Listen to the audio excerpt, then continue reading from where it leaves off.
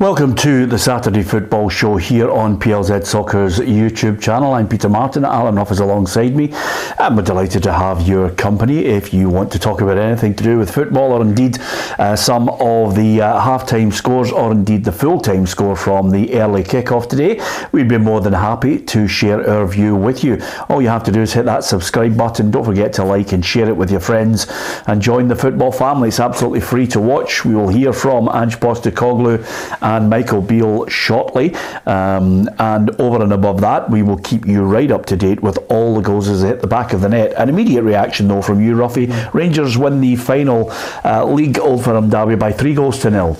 Yeah, I think they played particularly well today. I think Michael Beale had been looking for that kind of performance all season. He definitely got it today. I think Rangers were up for it. They knew how important it was to win that game, particularly in front of their own fans, and send them away with a smile. Celtic were poor, I think basically tampering with the back four, only one regular player in there. You could see the uncertainty in the defence, but not to take anything away for Rangers. I thought they were excellent. I think it's one of those days when the sun is shining. It's a party celebration for Rangers fans who haven't had it all their own way in these games, and finally it all came together in the manner of the 3 goals as well. Yeah, I thought the 3 goals were poor. It's usually Rangers that are making these kind of mistakes, but you could look at every goal that Celtic lost. I thought Joe Hart was at fault for the first, centre half was at fault for the second one, and I have to say, I take the blame away from Callum McGregor and put it onto Starfelt. I thought he should have just cleared the ball, but very hesitant, and it just wasn't the usual Celtic that we saw today. Okay, we'll hear from both managers very shortly. Let's go to Pittodrie, where Patrick Mullen is watching Aberdeen against Hibs. Hot time here at Pittodrie, and it is goalless at the break. It was an electric start to this one, with the Gothenburg greats coming out and warming up the crowd. They were really up for this one, but Aberdeen have been yet to deliver. It is Hibernian who have looked like the better side. Ellie Youhan and Kevin Nisbet are linking up all down the left-hand side, all half. They look like the most likely to score, but nothing's really come. Both sides have been poor in the final third. It's all to play for in the second half, but at the break, it's Aberdeen 0, Hibernian 0. Yeah, nice to see the Gothenburg greats out there. I don't know if we're getting feedback in our speaker, Ruffy, if you can hear that, but nevertheless we are we're watching the Gothenburg greats walking out onto the park, which I think was, great bit of nostalgia for people who can remember, and a nice little tribute seeing all the guys. I was there with them on Thursday night, and the patter was fantastic. Yeah, full house as well at Aberdeen today. It'll be tremendous for some of the older and the newer fans as well to remember that occasion. Wonderful night for everybody concerned, and if they went right around the whole park, I'm sure they would have got a wonderful reception. Yeah, and let's be honest about it, this is a game that means something. There's something to play for in this one. It certainly does, with other scores round about. That a winner, as far as Aberdeen are concerned, the winner could take all. It could be that third place sealed. They'll be thriving for that, and obviously they'll be listening to the scores round about the stadiums. Yeah, I thought I'd read out a few of the things here. Obviously there's a lot of people who will enjoy Rangers winning today. Matt says Ruffy looks as if he's upset today.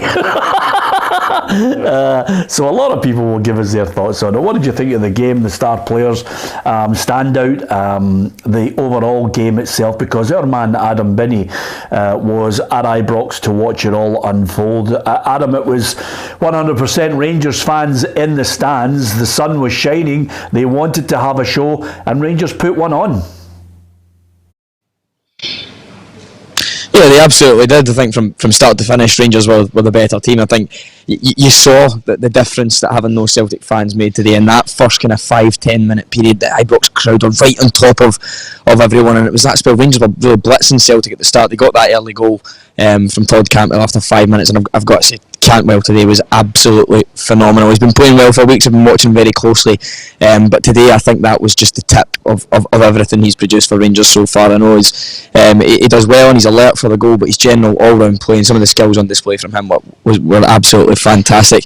I think Celtic probably made a mistake making so many changes today. I think particularly the backline looked a little bit unsettled. I didn't think Bernabe coped with the occasion too well. But apart from that, take nothing away from Rangers, but come on, they were fantastic. I was just speaking to Michael Beale after the game, who it was a little bit reserved. I thought, a big win, the fans were delighted, they're absolutely jubilant at full time, but it seemed like he was just kind of remaining calm, reminding everyone that this doesn't actually have any implications for the league. But he did say this one gives the fans some oxygen for next season. I think maybe today we've seen a sign of things to come.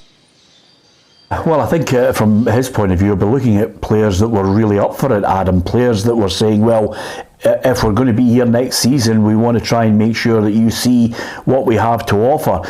You mentioned Cantwell stand out, took his goal well. I think that was the real catalyst for lifting not only the players but the entire crowd. Yeah, this place erupted as you would expect when Rangers scored in an Old Firm derby. It was from that point on. It was a Rangers onslaught. But just as I want to point out again, Todd Cantwell was absolutely fantastic. I think that area of the pitch is somewhere where Rangers have struggled against Celtic, particularly this season. Callum McGregor and Rio Hatate, in my opinion, are the two best players in the league.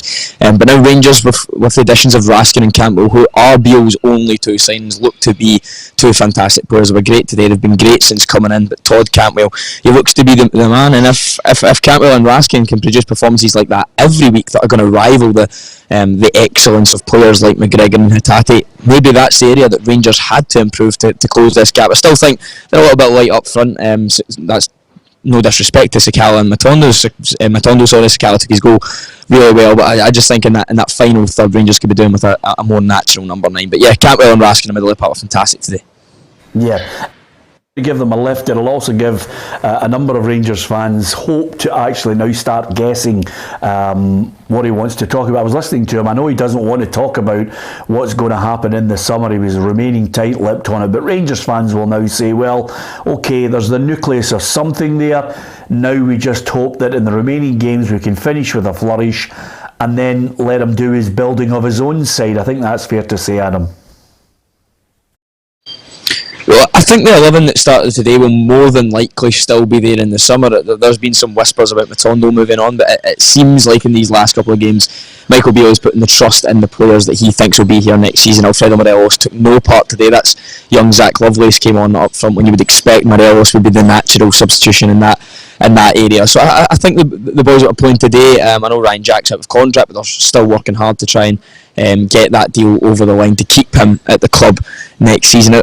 I think Michael Beale will be encouraged. He says that they're not going to start next season with 11 new players on the pitch. That just simply wouldn't work. But yeah, you're right. They have a nucleus of players who have been here for a long time. With the additions of Cantwell and Raskin, it looks like Beale so far has had positive players in terms of recruitment so far, but it is a big job. Come on, if you look at the Celtic squad, they were missing key players like Carter Vickers today. Kyogo was on the bench. Celtic did tamper with their usual starting 11. They've got a better overall squad. I don't think anyone would dispute that. So it is a big job in the summer for Michael Beale to try and lift his squad to the levels of Celtic. But I think, yeah, you saw today there's certainly players that are capable of pushing them in, and you never know. We could have a title race in our hands next season if Michael Beale can get players in of similar quality to the two that he brought in January. Little question before you go, Adam. Obviously Celtic fans will know that the league is in the bag and they've got to start thinking about, obviously they want to finish well in the league, but they've got that Scottish Cup final to look forward to for a possible treble. Just not at the races today. What in particular do you think was the key to it all going wrong for them? Well, I don't think it's any surprise to anyone that the changes to the starting 11 is probably the main reason as to why it didn't go so well. Kyogo, top scorer in the league this season, been one of the outstanding performers of all players in the league on the bench. Of course, that's going to have an impact. I just think, Ange actually mentioned that you'll hear a clip that will come on the show shortly from the manager, Ange Postecoglou. He was saying he felt in the second half that the Celtic players had almost accepted their fate. They had resigned to the fact that they were going to lose this game, and I think you've seen that. Maybe if they had someone like a Carter Vickers in the middle of defence that can drive those standards, it seemed a little bit, after Rangers got that second goal, that the Celtic players were like, what, we've lost this match. And I didn't really see that drive and that dig that you would expect in a derby of this magnitude. Had they have had, as I said, someone like a Carter Vickers playing, or a talisman up front like Kyogo, or even just a small section of fans in the corner to give them a lift, that could have been very different. For you tomorrow night, you're looking forward to it. PFA Player of the Year awards. It's going to be a big one for you and Kerry. Well, I better shoot off now, Peter, because I've got to get an early rest. I've got an 8:30 a.m. hair and makeup appointment to make sure I'm looking the part. I've got to make sure I'm looking the best out of everybody there. So if you let me go, I'll make sure I get enough sleep for that. 8:30 in the morning could be just enough time to rectify that here, Ruffy. What do you think? Yeah, well, obviously I've had one of these before, and they're pretty nasty to keep a hold of. You know, sometimes they can get right out of hand. Yeah, absolutely. Listen, we're looking forward to it. I can tell you that as far as the other games are concerned, we'll be getting reports from all of them, but it's Rangers 3, Celtic 0. Well done to Adam giving us the match report. Aberdeen 0, Hibs 0, as you heard from Patrick Mullen. Kerry, as we were talking about earlier, is down there at Rugby Park. This was her assessment of the first 45 minutes. Half-time here at Rugby Park, and it remains goalless at the break. Kilmarnock have definitely been the better side in this first 45. Their best chances coming from Kyle Vassell. On more than one occasion the strikers had the opportunity to give his side the lead, and David Watson was unlucky not to direct his header into the top corner into the back of the net to give his side the lead later on.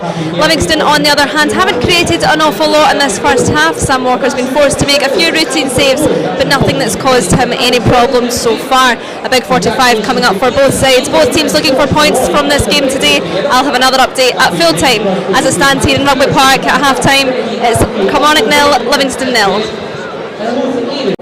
I can't tell you just in the last couple of seconds, Ruffy, Vassell has scored for Kelly, so they're one up. Yeah, he's been the man they've been relying on in the last 2 or 3 weeks. I think this is his first Premier League goal, but he's certainly a threat, and that'll give them a huge lift. I thought this was a must-win for Kilmarnock today. They've got the 3 home games, and if they would win this one, I think they might just sneak the automatic relegation. Yeah, what about up there at Perth? Alison McConnell is there for us. St Johnstone 0, Motherwell 0. It remains goalless here at McDiarmid Park in what's been a fairly evening opening period between both sides, who both toiled to create any genuine opportunities. St Johnstone started the game fairly brightly, and Stephen May had a call for a penalty after he felt he'd been bundled over inside the box. However, referee Grant Irvin simply waved play on. At the other end of the park, Kevin Van Veen thought he'd scored that all-important 8th successive goal 11 minutes before the break, only for an offside flag and a VAR check to confirm that he was offside when the ball went into the back of the net. Graham Carey stung the palms of Liam Kelly in the closing stages of this one, but as it stands, it remains goalless here in Perth. It's St Johnstone 0, Motherwell 0.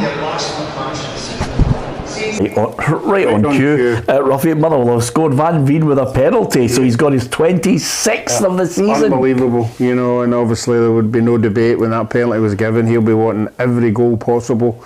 He'll be wanting to try and break every Motherwell record as well, and you would fancy him to score that penalty. He's hot, really hot just now. Yeah, absolutely. Okay, we'll keep you up to date with what's happening elsewhere at Tannadice from Claire Kinnaird, who will be watching that match for us, and Ali Graham is out there at the Smeetsa Stadium for St Mirren, who are 2-0 up in Hearts. I wonder who suggested that St Mirren would get the 3 points from that, Ruffy? Did you? I think I went a draw. Yeah. I think I went a draw, you know, and fair dues to St Mirren, you know, and I thought they had a good record against Hearts. Hearts haven't done particularly well against them. So yeah, they'll be looking at Europe. If they win that game today, they'll be thinking Europe's on the cards. Yeah, something to play for. That's why they were having a go at it. So they're 2-0 up. Motherwell 1-0 up in St Johnstone. Kelly 1-0 up in Livingston, and it's Dundee United 1, Ross County 1, because that one at the bottom end, 1 point is the difference. Yeah, Malky Mackay will be pulling his hair out, you know, with what hair he's got left. Because the penalty kick, I saw a bit of it, it's outrageous. It's another handball for Dundee United for a penalty. It is, you know, it's just getting ridiculous now. I don't know what the boy could have done, you know, to get his hand out the road. He made the effort to get his hand out the road, but it seems to be now, when VAR look at it, they say if it hits your hand, it's a penalty. Yeah, it's annoying the life out of you, isn't it? It's annoying the life out of everybody, I'm sure. It's do or die with clubs like Ross County and Dundee United, you know, and Ross County looked as if they were well in control, you know, before Dundee United got that penalty. Yeah, that's the story in the Scottish Premiership. Ruffy, you're a happy man after last night, because the Jags finished off Queen's Park in emphatic fashion. Yeah, it was a fantastic performance. The first half was really good. I mean, the passing, the build-up, the way they waited for their opportunities. Again, Brian Graham scoring an absolutely terrific goal, but some of the passing and the possession was absolutely superb, and I think that just the end of the season, it just came too soon for Queen's Park. They sort of ran out of energy and ran out of belief that they could actually win the game. But no, well done to everybody's looking to the Ayr United game. Yeah, absolutely. I think Chris Doolan well happy with the way his team set about their business. You know, they were giving everything for us, and for me that's a big thank you for me to them, because they went over and above tonight, and I certainly feel as if, you know, they gave everything and they got what they deserved in terms of getting a huge win like that. Yeah, well done to him. What a transformation since he's come in, Ruffy. Yeah, he certainly has. A winner on a win and run. I mean, obviously I was there before everything kicked off, but they have been playing good. If you look back to the Rangers game, they were superb in that game, and they've just kicked on for there. The belief in winning games and getting wins, and the fans getting right behind them, everybody pulling in the right direction, and that's what happens. You know, you get a belief. Players start, you know, believing in themselves, and I think there'll be a match for anybody. Obviously, we've got to get Ayr United first, but any of the bottom Premier League teams, I think they'll fancy their chances. Yeah, Ruffy, what do you make of Hamilton Accies 5, Alloa 2? I was listening to that on the way in, and obviously Alloa went 2-0 up, which meant 3-0 in aggregate. Yeah. And I believe it, I was listening to it, and the fans had turned on the board of directors. I think they'd all left their seats in the stand. They were all directing their vent and their anger, everything at them. And just while they were doing that, they scored. So they all sort of sat back down in their seats again. And then obviously they got another one, you know, and then they get a player sent off. So and they're well in command now. So it just shows you, if you're a football fan, you know, 1 minute you're up, next minute you're down. But it looks as if they've saved themselves in this one. Yeah, and I can tell you, it's an interesting one coming up there at the game at Tannadice, because it's Dundee United 1, Ross County 2. Yeah, well, Ross County were well on top until Dundee United got that goal, you know, so well, credit to them for fighting in, because you would have thought Dundee United, with that fan base behind them, you know, getting the penalty with the place where they erupted, you would expect the players to kick on for that, but obviously it hasn't happened. Yeah, what did you have in your predictor for that, Ruffy? I think I had Dundee United 2-1. Yeah, it's going to be interesting to see. I think there's going to be a huge twist in the race today, Ruffy. I had Dundee United to win 2-1 as well, but looks as if Malky, I did think Malky would escape, because they are absolutely the masters of it. Yeah, they certainly are, and the owner up there gives the manager every opportunity if they're in a sticky position. I'm sure he wouldn't like to be there every year, because it seems to be they are there every year, but they always seem to get themselves out of the mess. Yeah, okay, lots of scores coming in. We'll keep you right up to date with what's happening right across the Scottish Premiership. Finally, at Ibrox, Rangers get that win that they craved. The fans are absolutely delighted, heading home in the sunshine, knowing that they've got the bragging rights for the last game of the season. But Celtic have the title in the bag. Give us your thoughts, Rangers fans. What did you make of it? Did you see positive signs? Our reporter Adam Binney certainly watched on and saw some positive signs from a number of players who will be there next year. Is there the nucleus to build on something? And is that a sign of just taking your opportunities when they come along in a game that obviously you need to take those big chances? Michael Beale said in this match it can be those fine margins. The games are fine margins at this level between two teams like us and Celtic. It comes down to the boxes, and we've made some big mistakes. And today, for their third goal, or for our third goal, they made a big mistake in a big moment, and we punished them, and that's it. You know, I don't want to talk about what work we've got to do, how far it is. It's 3 points today. Let's take it. I think it gives the fans some oxygen, some breathing space as well. Looking forward to the summer. It's a good way to look at it, Ruffy, because quite simply, you know, they've watched as Celtic have dominated the majority of the games. Michael Beale has been trying plan A, plan B, plan C. So today, I think a lot of fans will go away and say, okay, it's a 3 points, but they've got to look for signs that there key players there that want to be part of, I wouldn't say a revolution, but certainly there's going to be an evolution from what was there before that just couldn't actually step up to the plate. Yeah, but if you listen to all the Rangers players, they're all talking about next year. You know, they're banished this year, obviously they'll love that result today, but they're all looking forward to next year. They're buying into new players coming in, some players leaving, you know, but that result today would send the fans away happy, and that's what they had to do, you know, had to get them to believe that there is a transition there and there are better players going to come in. So, you know, as far as today's concerned, it's all about Rangers. Yeah, 3-0 the win. Ange Postecoglou, I think, no excuses from the Celtic manager. Yeah, it wasn't great. We obviously disappointing performance, disappointing outcome. You know, I think a couple of moments in the first half where we really should have, you know, scored and at least taken some momentum out of the game, but we never got that foothold. And then second half, we never really made an impact. You know, we kind of, there's a bit of desperation about us trying to get into the game rather than just sort of playing our football. Yeah, I think that's a fairly honest assessment of how Celtic played. I've never seen a Celtic team actually play so many wayward passes. They were off it. Rangers were at it right from the start, roughly. Yeah, they certainly were, and anybody will tell you, you got an early goal in an Old Firm game, you know, the whole stadium were up, so players believe that they're going to go on and win the game. You know, I just thought Celtic weren't at it. Certain positions, obviously up front, you know, with Kyogo and Maeda not playing, and at the back as well. Not taking it away for Rangers. Rangers capitalised on that. There was a lot of insecurity at the back at Celtic, and it led to Rangers believing that they could take this game, and they took it and they won it quite easily.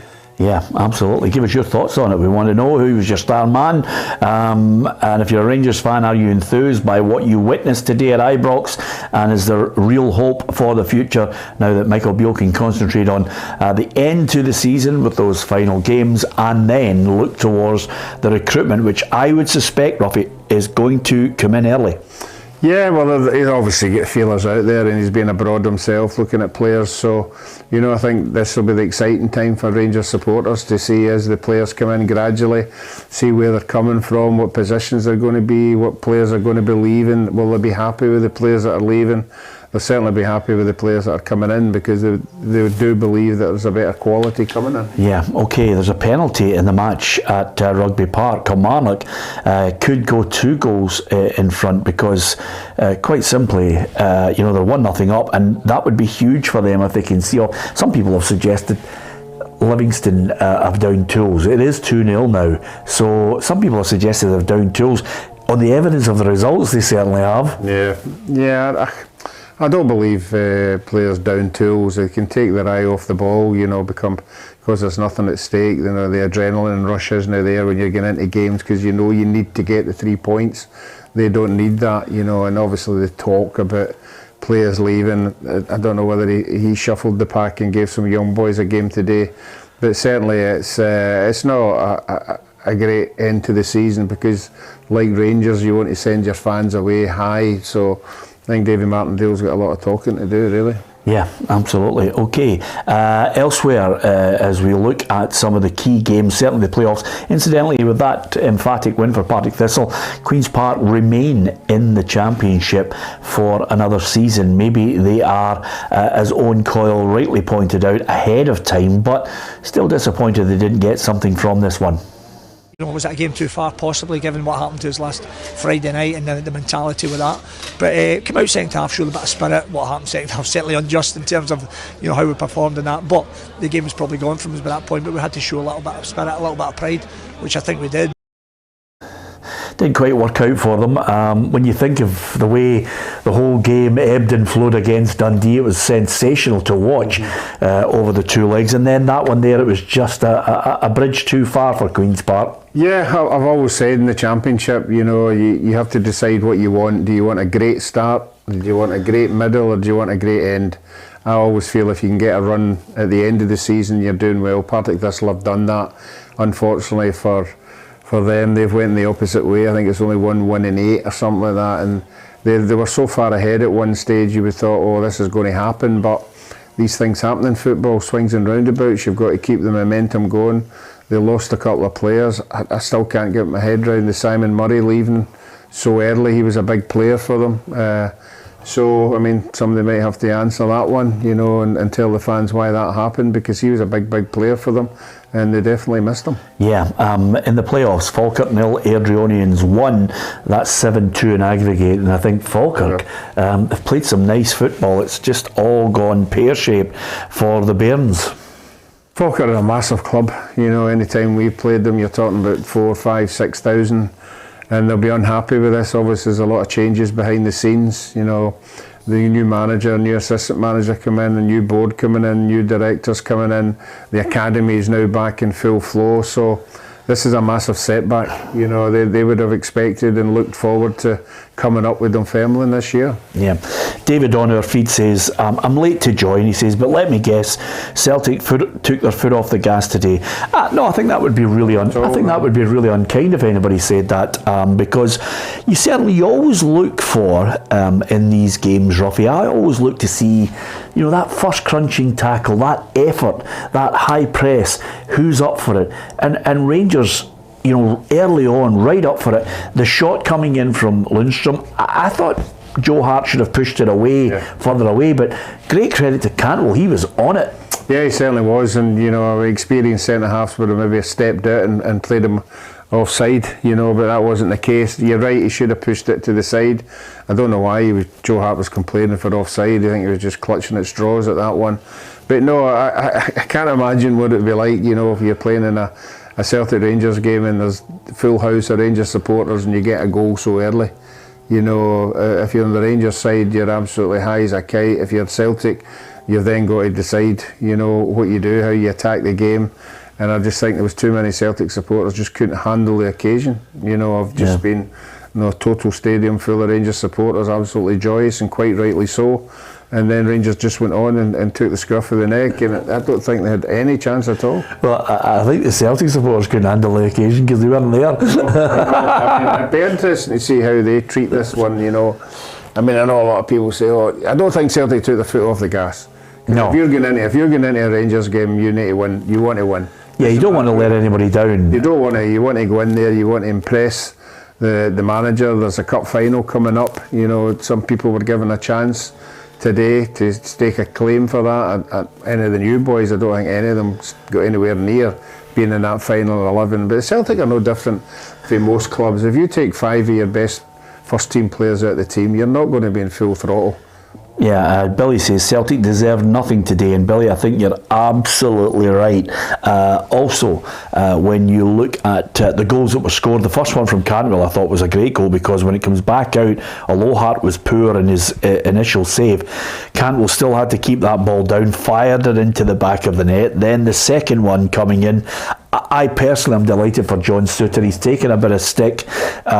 He's had his injury problems. If he can steer clear of injury problems, I think Rangers have got a good signing. I like John. He's a powerhouse. I mean, I only seen him up live when Partick Thistle played Rangers at Murray Park, and we went over there and we saw him. He's quite a big guy. He's got a great physique about him. He's a tall boy.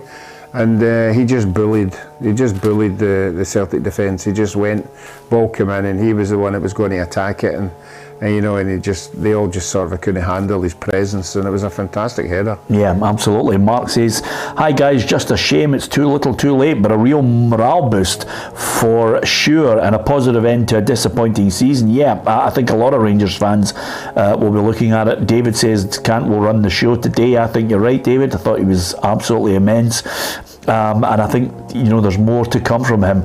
As far as the rest of the scores, I can tell you Aberdeen 0, Hibs 0. Patrick Mullen's up there. He's been watching the Gothenburg greats paraded, and Aberdeen will be looking to try and maybe sign off with an impressive performance for the Gothenburg guys, who've had a great week of Freedom of the City yesterday. The night before that, it was the gala dinner up at the Marcliffe Hotel, and they were all there, and I was very, very fortunate to be up there with them and share in that glorious memory of 40 years ago, Ullevi Stadium, Sweden, absolutely pouring with rain, and Aberdeen beating Madrid. And Aberdeen are the last team to beat Real Madrid in a European final. Yeah, I think the history at Real Madrid, if you get a chance to go to the stadium, do the tour, you can see the history of the having that tournament with the cups and everything. It's a great stadium to visit.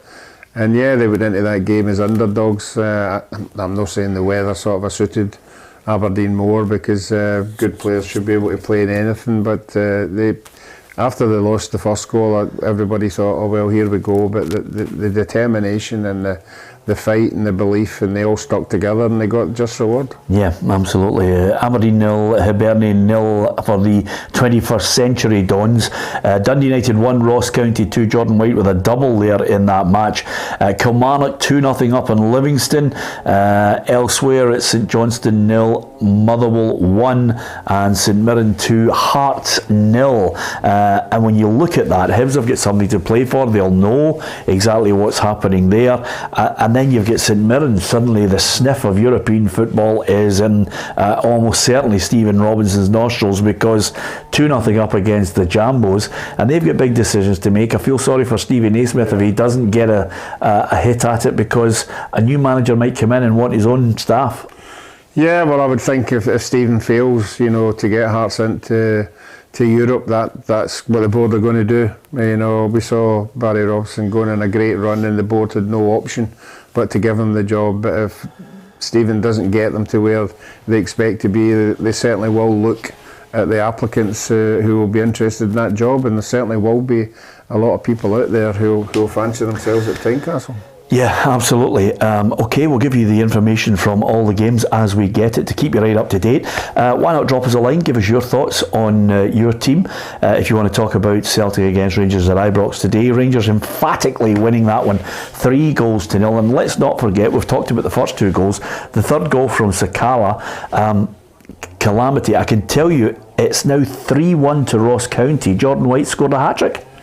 Well, I mean, I don't think Dundee United fans will be reacting very good to that. I mean, we're talking about 10, 11,000 in there, they're back to where they were. They thought Jim Goodwin was going to change that round. It'll be interesting to see how he talks his way out of that one, because that'll be them bottom then. Yeah, that'll be them bottom. Absolutely incredible. A team like Dundee United shouldn't be in that position, so big changes up there. The big changes have happened already. Yeah, away from the football side. Jim Goodwin's agent's just gone into a darkened room and he's studying his head off the wall as we speak. Yeah, well, let's hope these 2 English clubs that were interested in him are still hanging about. Exactly, Robbie. That's the nature of it. One result can just throw you, basically right down to the bottom of the pile again, and it's cutthroat down there. I had a sneaky feeling. I still think there's a few twists along the way, but you look at it, Ross County coming out fighting 3-1 up at Tannadice. It will not be a good place for Jim Goodwin and the Dundee United players at this moment. Is there a fight back on? If there is, we'll keep you right up to date with it on a Saturday afternoon. Ruffy's here with me. Is that the same chinos you had on yesterday? No, a different pair. Wow, that's 2 pairs? Summer pairs. Yeah, they're the summer pairs. Oh, you have a summer and a winter pair of chinos? The trendy ones. Yeah, absolutely. And of course, I think very nostalgic for quite a lot of people who used to wear them when Haircut 100 were in the charts, and they've disbanded now and are no longer playing music. So Brian Laudrup wears them. That's good enough for me. Does Brian Laudrup wear them? Did you see? Saw him in the airport. Yeah. Well, with all due respect, there's a fair difference between you and Brian Laudrup. Maybe about 300 goals. Anyway, I'll tell you what I did watch this morning, Ruffy. You know how sometimes you wake up, you get the phone, you fire out the old TikTok or the Instagram reels, and up came Scotland 2, Wales 0 at Anfield. Yeah. It was absolutely amazing just to see it. Yeah, the crowd as well. The thing that I always remember, they were practically behind the net in both goals, and obviously when Kenny scored the second one, I think they were nearly on the park. But it was a bad mistake for Wales moving that game to Anfield. I think they went for the money, but they just fell into the trap, and for the Scottish supporters to go there in numbers. Yeah. I'll tell you, it's 0-0 at Pittodrie. I'm just hearing that there could be an injury up there to one of the players. Duke has gone off, and that is a blow because he's one of the star men. Yeah, if there's anyone going to nick a goal late on when it's nothing each, he's your man, but that'll be a big miss for them, not only for today but for the run-in as well, because they're relying on him so much. Yep, a lot of people talking about the game today and their thoughts on it. Give us your thoughts on the overall performance. And I think Des says that all season Celtic have been praised for their squad quality and depth, quite rightly. Of course, you know, he does switch the team. We actually talk about the fact that they do have the quality in their squad, so they can't make excuses, Ruffy, because that squad and the players that have come on have contributed. In the end, Rangers were good enough today and Rangers deserved the points. Yeah, you can't take anything away for Rangers. They were fantastic, they were super in everything they done, and the goalkeeper McCrory as well had a couple of important saves. It's okay. I know what some of the Celtic players will be saying, yeah, that they're coming into the team, they should be as good as, but these subs only come on in the last 20 minutes. Yeah. Celtic weren't relying on them for 90 minutes. But now, today, again, Ange's probably found out that some of them for 90 minutes aren't up to scratch, so he'll maybe have second thoughts about them as well. Yeah, St Mirren 2, Hearts 1, Ruffy, and we're getting to the latter end of the game. Josh Ginnelly has scored that goal, and that would mean a big 5 points for me, Ruffy. That's all I'm saying to you. Well, I'm hoping that as well. No, you didn't. You sure? No, absolutely. You had a draw on this one, and I'll just, do you know what? I'm going to actually check it, because next season we're letting the fans get involved in it, and that's going to be great for the predictor. But I'm just looking here at Alan Rough with regards to, you had Celtic 1, Rangers 1, wrong. Aberdeen 2, Hibs 1. You had St Mirren 1, Hearts 1. So there you are, and you also had St Johnstone to beat Motherwell 2-1. But hey, you had Kelly at 2-0, you know, so that's it's not finished. It's not finished yet, and you had Dundee United to win 2-0. You had 1-1. Yeah, and you had Dundee United to win as well, so it's going to be a miserable day for you, hopefully. Miserable for a lot of people. There's a lot of crazy scores out there. Yeah, absolutely. I should have actually, you know, when you think about it, you know how sometimes you just look and you say to yourself, should have actually predicted Rangers to win that one. You know, Ibrox, 50,000 fans there, you know, the sunny day, Rangers players desperate to prove the point. Yep, all the signs were there, you know, and I'm sure the Rangers supporters went along that day thinking the same, and they got the just rewards. What about Jordan White, hat-trick? Good for the boy. Yeah, he's been good. You like him? Yeah, I like him. I think he's always been a threat, you know, obviously with Brophy going there.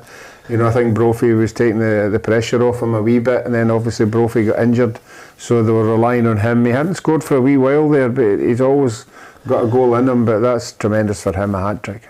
Yeah, Martin Weir says Rangers didn't win it, Celtic lost it.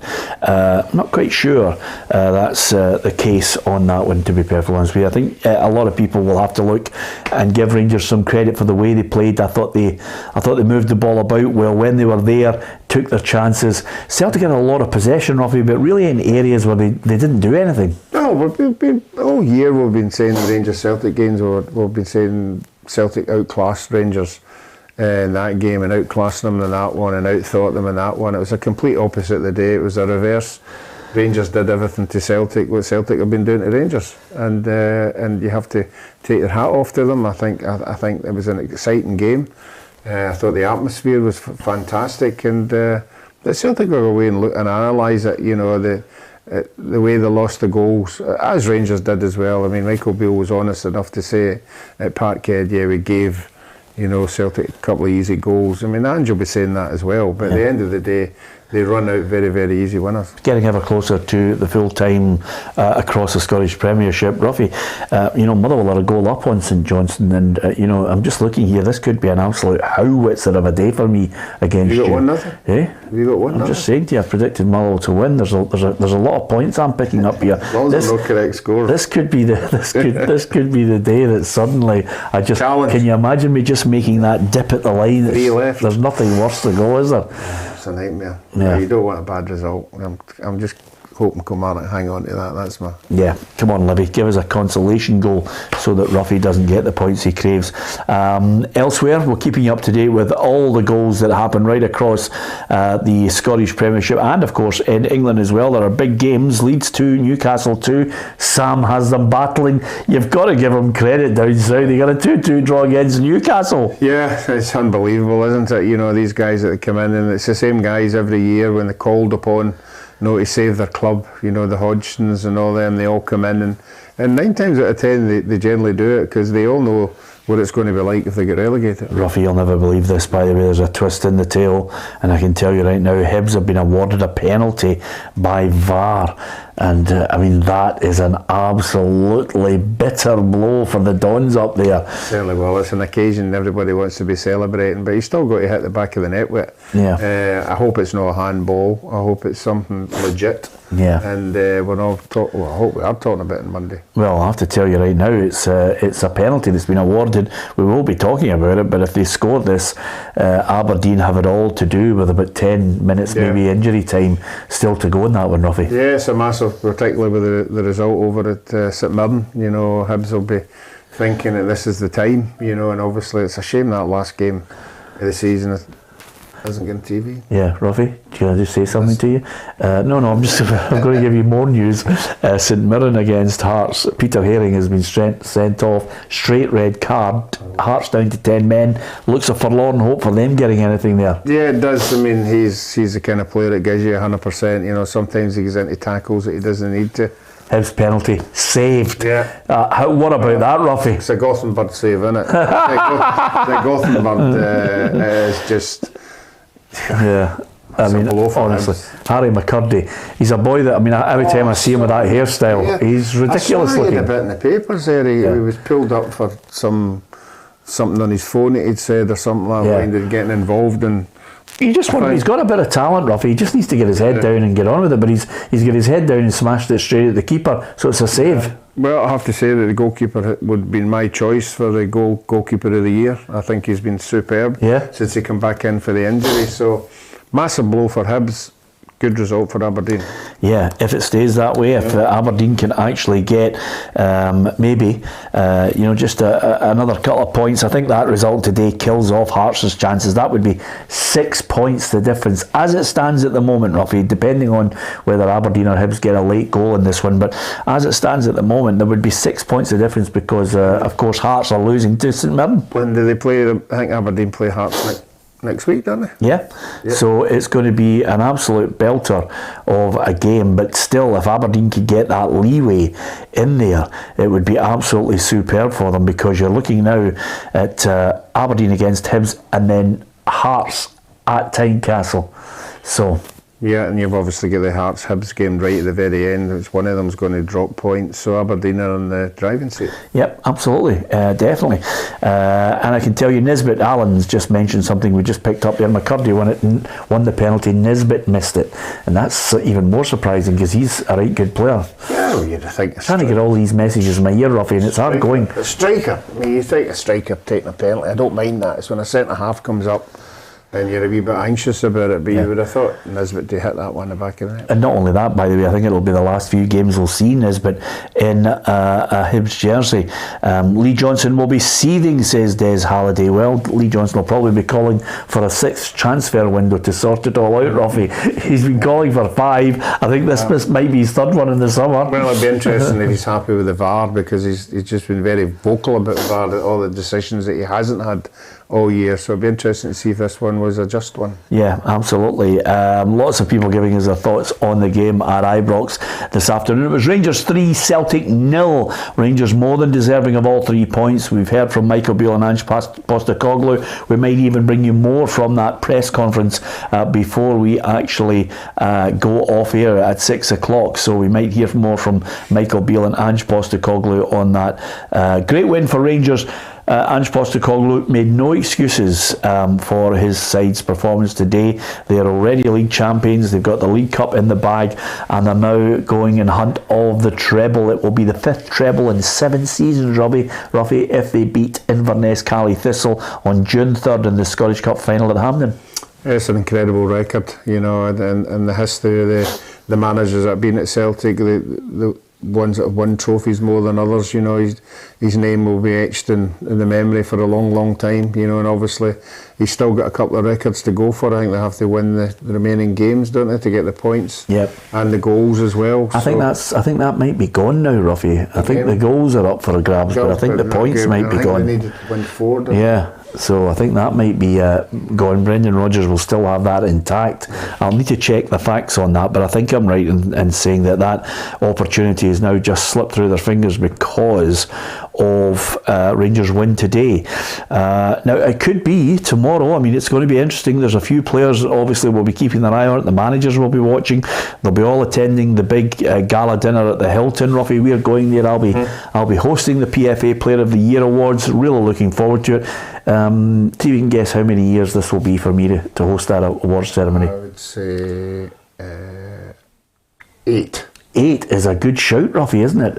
8 is a good shout. But it's wrong. This is, of course, it's wrong. If you'd nailed it, I'd been well surprised. 15. Wow. That's incredible, isn't it? Who's the first one? 15 in a row. The first player? I have not got a clue, because usually, by the time, because you put that much work into it, Ruffy, once you get to the end of the night, I usually look at the table of my staff, and I see you there, 3 sheets to the wind, or if people are boring, you usually leave early. Yeah. And then, of course, I just try and catch up with everybody and have a wee drink and chat football. Yeah, it must be relaxing to finish it. It's quite a high-pitched night, so many important people there, and you want to get it right, and you want to get the people who win the awards, you know, the just rewards when they get up there, and you don't want to rip them too much. No. I want to rip them a wee bit though, Ruffy, don't we? We've got to have a laugh with them. Another good thing about it is, quite simply, they like a bit of dressing room banter, the players, don't they? They do. Even the managers do. Yeah, and the good thing about it for this one is that I'm not saying all the teams, but the most of the teams who have a player nominated from their team take a table. Yes. You know, and that's a good thing about it, because it's the players' player of the year, and you would like to think they're there. The only downside is that of some of the teams who go out just a wee bit early in the afternoon to sample the whole day, and I think 12 o'clock's too early. 12 o'clock means that you will not be able to clap the winner of the Player of the Year. Yes. It's as simple as that. And in some cases, if you go out at 12 o'clock and you become the Player of the Year, then you're in big trouble. That's all I'm saying to you, Ruffy. Certainly we have witnessed a couple of players, I won't name who they are, who lose the plot.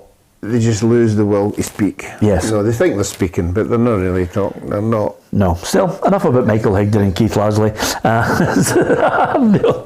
Michael Higdon, fantastic player. And again, as Stuart Kettlewell mentioned yesterday, Motherwell are famous for some good number 9s. Higdon won the Player of the Year, and you've got a number 9 at the moment who's bagged his 26th goal of the season, and that 26th goal of the season could be delivering 3 points up at McDermott Park against St Johnstone for Motherwell. Yeah, they'll be hoping that they'll be wishing that they had hit this bit of form a wee bit earlier. You know, they'll be up there challenging, but you know, a great another. We keep talking about fans, great end to the season, winning games, Starman's hitting the back of the net, you know, and you're just thinking about what you're going to build on for next year. Yeah, Matt says, I hope Patrick's not out in the sun today, Peter. And I have to say to you, you know, Patrick's up there watching Aberdeen against Hibs. Thought he was going to get a goal to report on at the full time. Hasn't quite materialised after Nisbet missed the penalty. So maybe it's written in the stars. Maybe there's a late winner from some player who's maybe wearing a famous number on his back for Aberdeen. That really would, you know, put the tin lid on a brilliant week of celebrations. Yeah, I mean, it's an amazing attendance, you know, and we've always said that when Aberdeen are doing well, there's a big catchment area up there, and that's the kind of thing, you know, you would wish you could get that kind of goal, but I think Hibs will see this out. Yeah, you think so? Yeah. Okay. Motherwell, Tommy Coyne, he was a great player, says Johnny. You're absolutely right. I mean, I can think of a lot of number 9s that Motherwell have had that have been superb. I'm not quite sure he was a number 9, but I'll tell you one of the great players they had as well. I've mentioned Bobby Graham yesterday, but Brian McClare was a great Motherwell player. Certainly was. You know? Yep, he was excellent and all. I'm trying to think of a player off the top of my head. Joe Wark. Yeah. Joe Wark was always in a sort of a vicinity of a Scotland cap. Yeah, but he's not a number 9. No. I thought you just talking about Motherwell. Were you just going off at a tangent there on players that you remember? It's number 9s we're talking about. Well, Willie Pettigrew is obviously the main man. Stevie Kirk? Yeah. Yeah, Stevie Kirk. Yeah, brilliant. Never mind Aberdeen not winning again. Livy will lose all the remaining games, says Des. Listen, there is a real fear on that one, I have to say, because it's all gone pear-shaped for them. I think since they realised they were in that bottom half, they've had one win in the last 4 games. 2 defeats, one to Ross County, one to Dundee United. They only managed that win over St Johnstone, and then the defeats to Motherwell and St Mirren, and now in that bottom half. Losing today, they've got Dundee United and Motherwell at home and St Johnstone away. Yeah, Dave Martindale obviously has to keep what fans they've got on board. It's dwindling by the day. They're not a big season ticket holding club, so maybe it's time to introduce a couple of young players, let the fans see what there is there, and hopefully they can give a wee bit of light at the end of the day. Yeah, absolutely. I have to say, I'm just looking at this English Premier League. Villa are 2-0 up in Tottenham Hotspur. Unai Emery has been a great signing as a manager for them. I was always said that when these top clubs go for somebody to take them to somewhere they haven't been before, they go for a tried and trusted foreign manager who's won a UEFA Cup, who's won a European Cup, who's won some kind of cup, and they're the ones that sort of just regenerate, these teams, and certainly he's been fantastic since he got in there. Yeah, absolutely. Chelsea 2, Nottingham Forest 2, and still Frank Lampard is hoping that maybe he can just keep winning the games to the end of the season. I think it'd be nice to see Chelsea suddenly click into gear for him. He's had a tough time second time around. Yeah, he certainly has, and as we all know, they've spent millions, and it just hasn't happened for them. Maybe they'll just have to shelve it, and hopefully it's next year. Yeah, absolutely. Crystal Palace 2-0 up in Bournemouth. Man United leading Wolves by 1-0. And I can tell you it's Southampton 0, Fulham 2. And I think Motherwell might have got a second goal in that game. St Johnstone 0, Motherwell 2 is what I'm hearing. And the goal from Mandron, 3 minutes into injury time, Ruffy secures all 3 points for the Well. Fantastic result, poor one obviously for St Johnstone. They're now back in the mire, obviously the Ross County one has brought them back into it, so it's a horrendous result for them, but certainly Motherwell are flying high, and we thought it was just their home form that was good, but certainly doing it away from home as well. Yeah, it'd be nice to see St Johnstone maybe get a consolation before the end, Ruffy, just a wee consolation goal for them. Just to lift their spirits. If I get that one, Ruffy, you'd be all chucking it. I'm going to get and polish the trophy. Plus what now? Plus 6? Yeah. Yeah, still. Well, this could be a wee bit of time. I think Southampton 2-0 down on Fulham. I think it's finished, Ruffy. It looks as if Southampton are relegated now. That's it, confirmed. Yeah. And to be fair, they've been poor. There might be a few players heading out that might be available. Yeah, it certainly will be. Obviously one of our guys is down there, Stuart Armstrong's down there. It'll be interesting to see if he hangs about there for a wee while. But certainly no, they don't look like a Premiership team, but do they? Southampton, they don't look. They've been in it for a long time, Ruffy. They've done well. They bounce back at times. I mean, sometimes you can be a yo-yo club, but they're about to find out how difficult it is to try and get out of that championship. Yeah, certainly when you see the teams that are coming up. Yeah, 7 minutes in, 7 minutes of injury time there at Pittodrie, Ruffy. You never know, something might happen. I'm just waiting to be Joe Harper getting thrown on. Yeah, Joe was asking for you the other night there. Nice he was looking in absolutely magnificent condition as he does, and I think a number of fans from Hibs, from Aberdeen, from Everton will remember Joe. Yeah, great guy, great history in the game, and you mentioned Everton there. If you like Stephen A. Smith down there, they remember the Scottish contingent down there, and Joe was certainly fantastic. They loved him down there. Yeah, St Johnstone 0, Motherwell 2. That's it, finished, Ruffy. But I've still got the 2 points. Did you have Motherwell to win? I don't think I have. No, you didn't, Ruffy. So that's another little point that slips away from you. You had St Johnstone to win. You didn't even get any points, which is fantastic. This is a big swing. That's what I'm going to say to you. Johnny says, excellent Motherwell, 2-0 full time. Really happy with that. It's amazing how it can change your mood when the sun is out and your team wins a game. It is absolutely fantastic. I always worry about when it's the relegation time in Southampton, because the Sky Sports cameras will be on little kids crying, and that's where I find it all heartbreaking, Ruffy. Yeah, as they just find it hard to get their head round, you know, and obviously hopefully a lot of them are there with their parents and their parents can look after them. Yeah, and pick them up, because it's nothing worse than seeing the kids realising that the favourite team is going down. Listen, let's sum it all up in the Scottish Premiership. Rangers 3-0 against Celtic. Opening goal from Todd Cantwell certainly impressed everyone. A man of the match performance in your mind? Give us your thoughts on who you thought was the standout. Great goal for John Souttar. He's had his problems, but a fit John Souttar is certainly a really good signing for Rangers if he can get regular football. And then Fashion Sakala, who may well be there leading the line with other strikers next season in a new Rangers under Michael Beale. So you can give us your thoughts on that 3-0 win.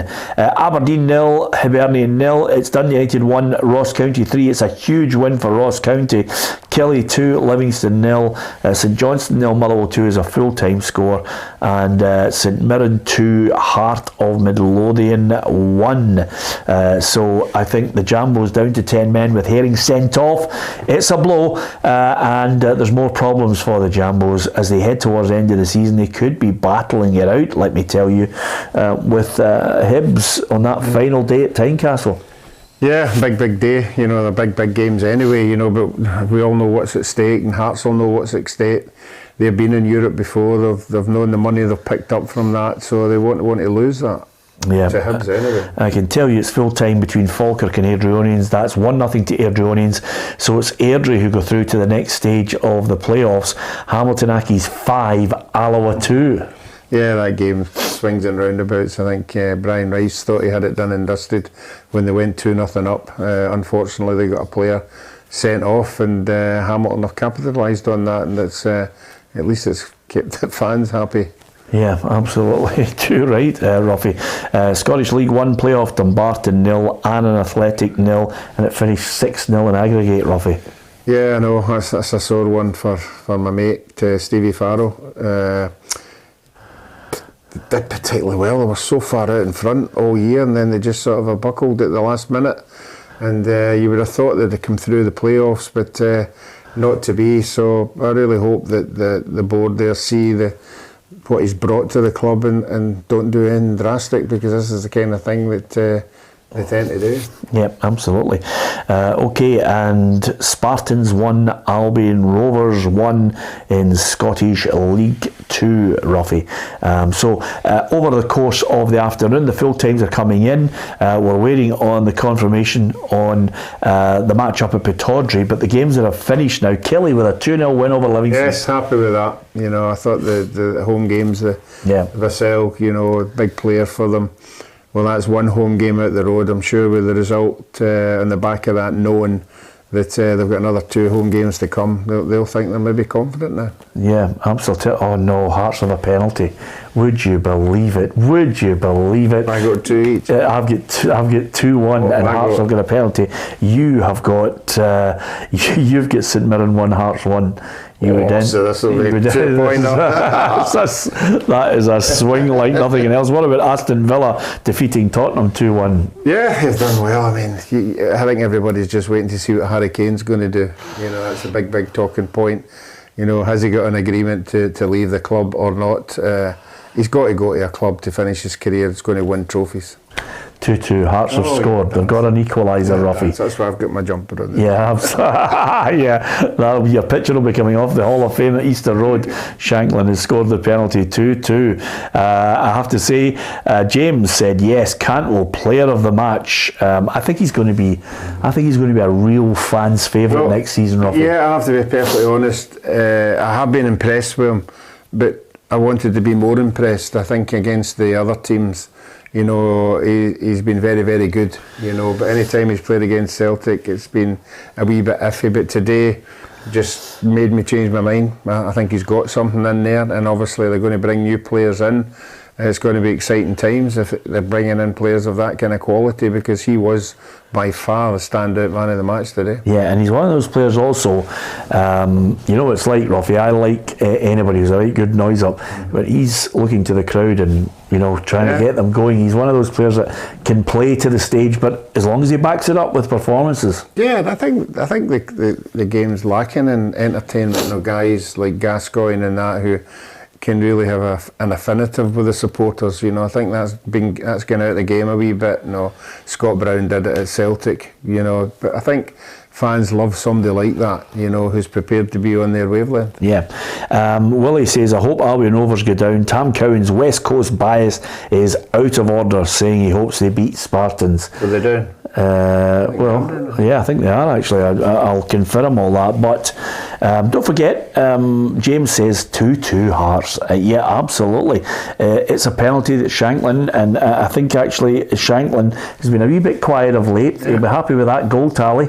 It's been a good season for him. With the penalty, it'll be interesting to know how many penalties he's actually converted in his tally. Yeah, it'll be quite a lot actually. But he has went a bit quiet, you know. But he's been up there himself for a wee while. So that penalty will give him a wee bit of confidence. It'll be interesting to see if he gets back into Stevie Clarke's thought for the games coming up. Well, I think he scored a hat-trick against Ross County in that 6-1 mauling, but you know, that's 26 for the season. You've got to give him the credit, and it's 26 for the season. He's neck and neck with Van Veen. Yeah, that just shows you, you know, that, I mean, nothing against, you've got to convert a penalty, you've got to have the bottle to take the penalties as well. But I mean, I don't know how many penalties Van Veen scored, but I think anybody who's scored more without taking penalties, I would give them the vote. Yeah, absolutely. Okay, so quite simply, on a Saturday afternoon there was an early kick-off. All eyes were on Ibrox, looking at the final derby of the season. The Old Firm going head-to-head. Rangers 3, Celtic 0. Goals from Cantwell, Suter and Fashion Sakala Jr. Putting the icing on the cake of 3 points for Rangers. And Aberdeen 0, Hibs 0. Dundee United 1, Ross County 3, Kilmarnock 2, Livingston 0, St Johnstone 0, Motherwell 2, and St Mirren 2, Hearts 2 is full time, Ruffy. Right at the death, they've snatched themselves a point. Well, we spoke about these games and the run-in are big games for Stevie Naismith. You know, that kind of, the board will look at the fight back, you know, being down 2-0 and coming back to 2 each, so it gives them a wee bit of hope. And obviously the result with Aberdeen and Hibs, you know, doesn't look as bad on paper if you're a Hearts supporter now, but you've still got to get back into winning ways. Yeah, you have, and I'm looking at the table, Ruffy, just to get a little feel of how things are looking at the moment. Dundee United are bottom of the table. Ross County are 2 points ahead of them, and also you've got Kilmarnock, who are a further point up with the win today. So I mean, it's cutthroat down there. St Johnstone, they're on 36. They're not mathematically safe. It's so tight down there between those four clubs. I think St Johnstone have enough, but I don't think we can be confident enough to rule United out just yet. What's the points that St Johnstone have got? St Johnstone have 36. And under them? And under them you've got 34 Kilmarnock. St Johnstone are in it. Yeah, 33 Ross County. Continue and no winning games. They're going to be in it. They could be staying the playoff place. Yeah, I don't think you can pull them out of it. You know, but there's 3 big games coming up. Those 9 points are huge.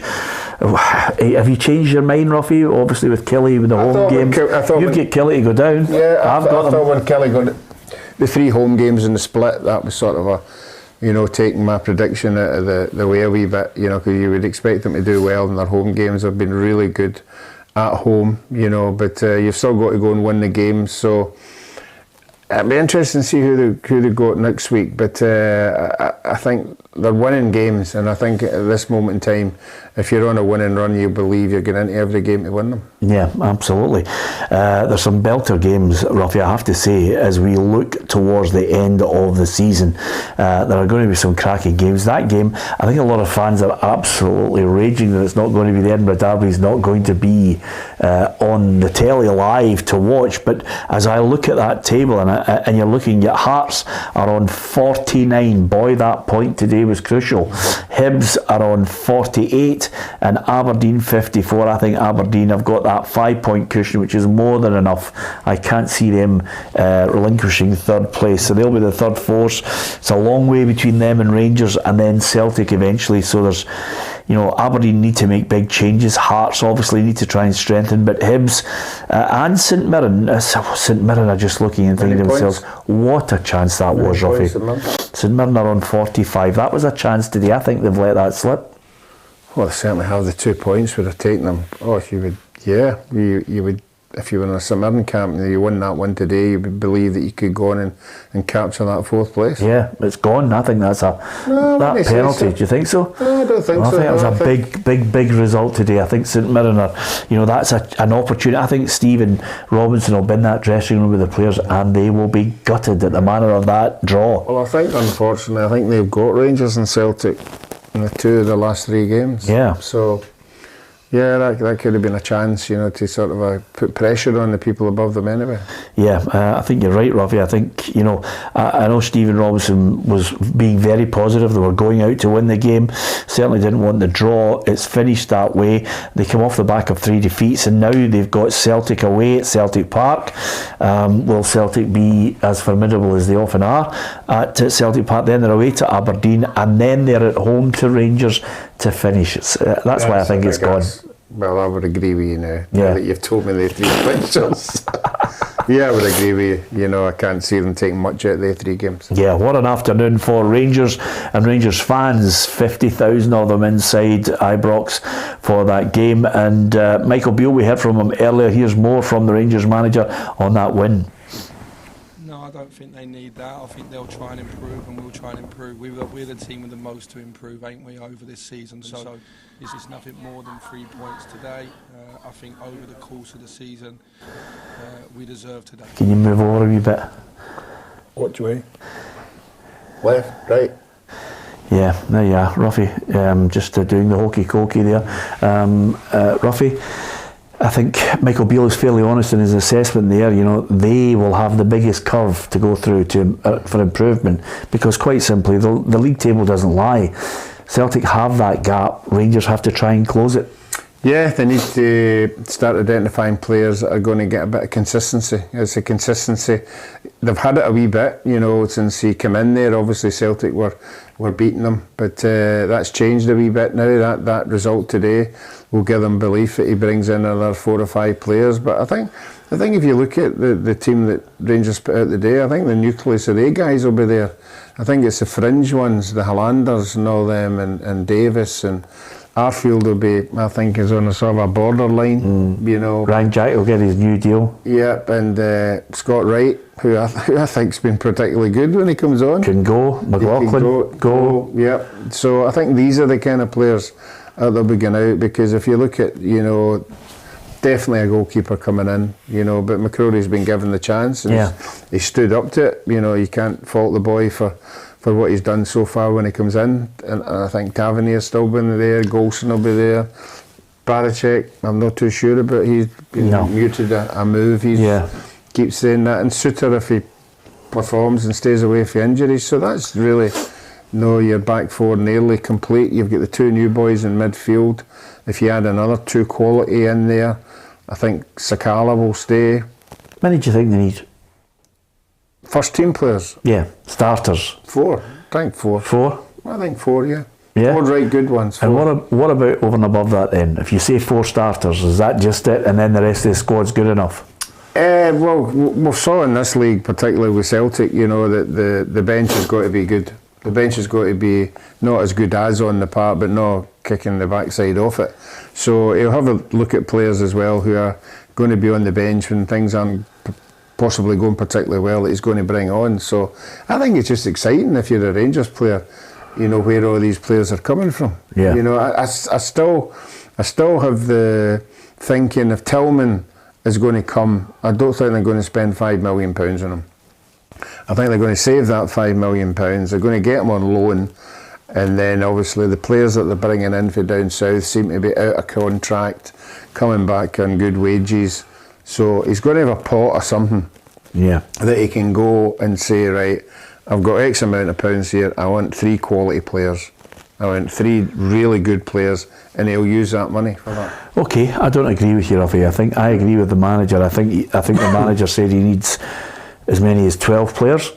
which he mentioned after the cup final defeat. I think he'll need to empty a lot of the squad players who are just not good enough. He'll be hoping one or two of the young players maybe want to try and chap his door and say, look, give me a chance. But I think he'll be looking to change that side dramatically. I think he needs a good 5 or 6 starters. I don't see Barisic being part of that at all. He'll need a backup centre half.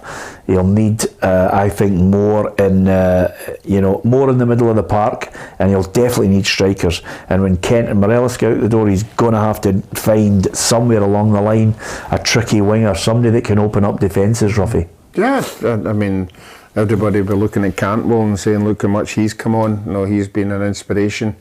Can he find somebody like that in the wider area? You know, but for me, it's the number 9. They need to find a right quality number 9. You know, from maybe be abroad or whatever. You know, that with a good pedigree. Because we saw it in our league, you know, that if you're a Giacomakis or something, you will score goals, because the amount of chances that Rangers and Celtic create in games, if you're a reasonable striker, you're going to put majority of them away. So it'll be interesting to see where they identify him from. Yeah, and of course we'll talk about how many Celtic need. What do you think? How many players do they need to supplement that very strong squad at the moment, and who do you think is going to be heading out the door? Ange Postecoglou, I think, didn't make excuses earlier on. This is what his assessment is of Celtic today and overall. It's not just about,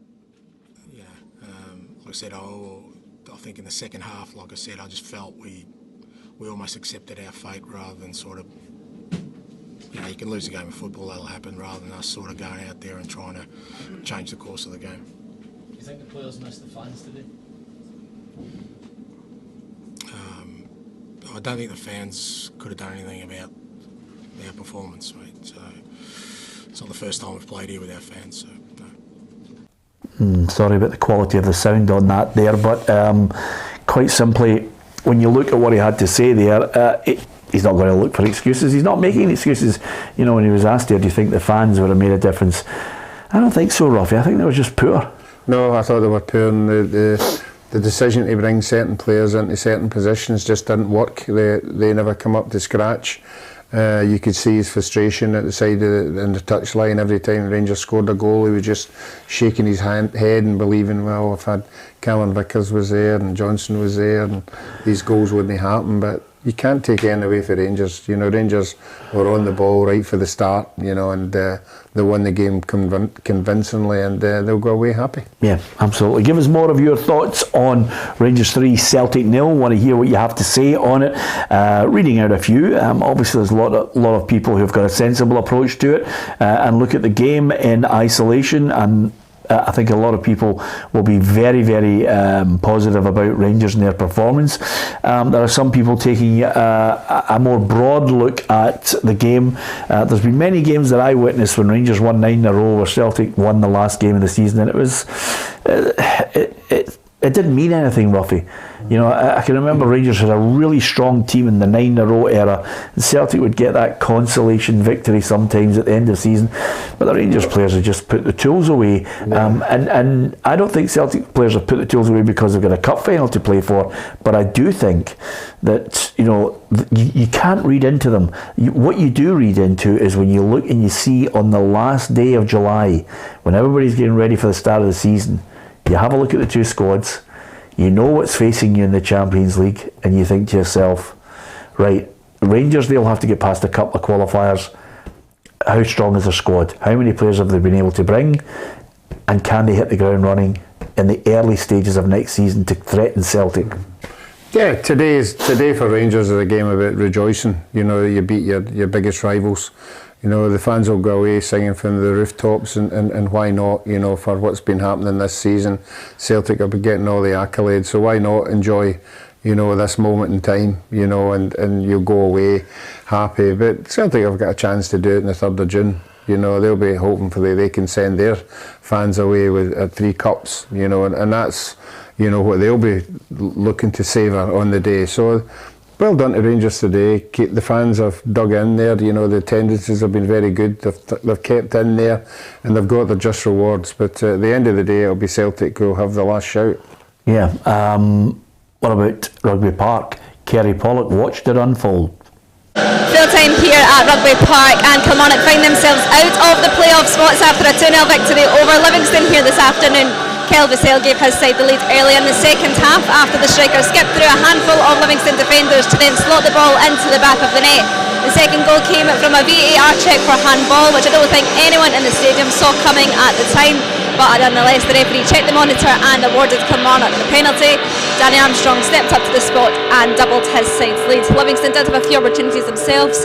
Nicky Devlin was unlucky not to convert his free kick into the top corner, and then DeLucas's header, he just put it over the bar, just on the edge of full time just there. But 3 points for Kilmarnock today. It finishes here, Kelly 2, Livingston 0. Yeah, how good is that? That's a big result. And the 3 games they've got left, Ruffy, St Johnstone, they've got them at home, they're away to Dundee United, and then they're at home to Ross County. Destiny in their own hands. Yeah, it certainly is, and you could see Derek McInnes when he does his interviews, when he got the 3 games at home, he had the belief that they were confident at home to get themselves out of this situation, but they've still got to go and win the games, but this will be a real confidence for them. I can't wait to hear Ali Graham's assessment of a humdinger, St Mirren Hearts. Full time here from Paisley, it's St Mirren 2, Hearts 2. Joe Shaughnessy's volley and a tremendous Ryan-Strain free kick gave Saints a half-time lead. But it was Xander Clark who made 2 brilliant saves to keep Hearts in it. They did get back in it in 72 minutes through Josh Ginnelly from close range. 6 minutes later though, Peter Herring pulled down Matt Gahara and it looked as if their chance was over. But they kept plugging away, and deep into injury time, a long ball played up the park. Marcus Fraser pushed Ginnelly in the back and a penalty was given. Lawrence Shanklin stepped up and made no mistake. 6 bookings, a red card and 4 goals here in Paisley. Final score, St Mirren 2, Hearts 2.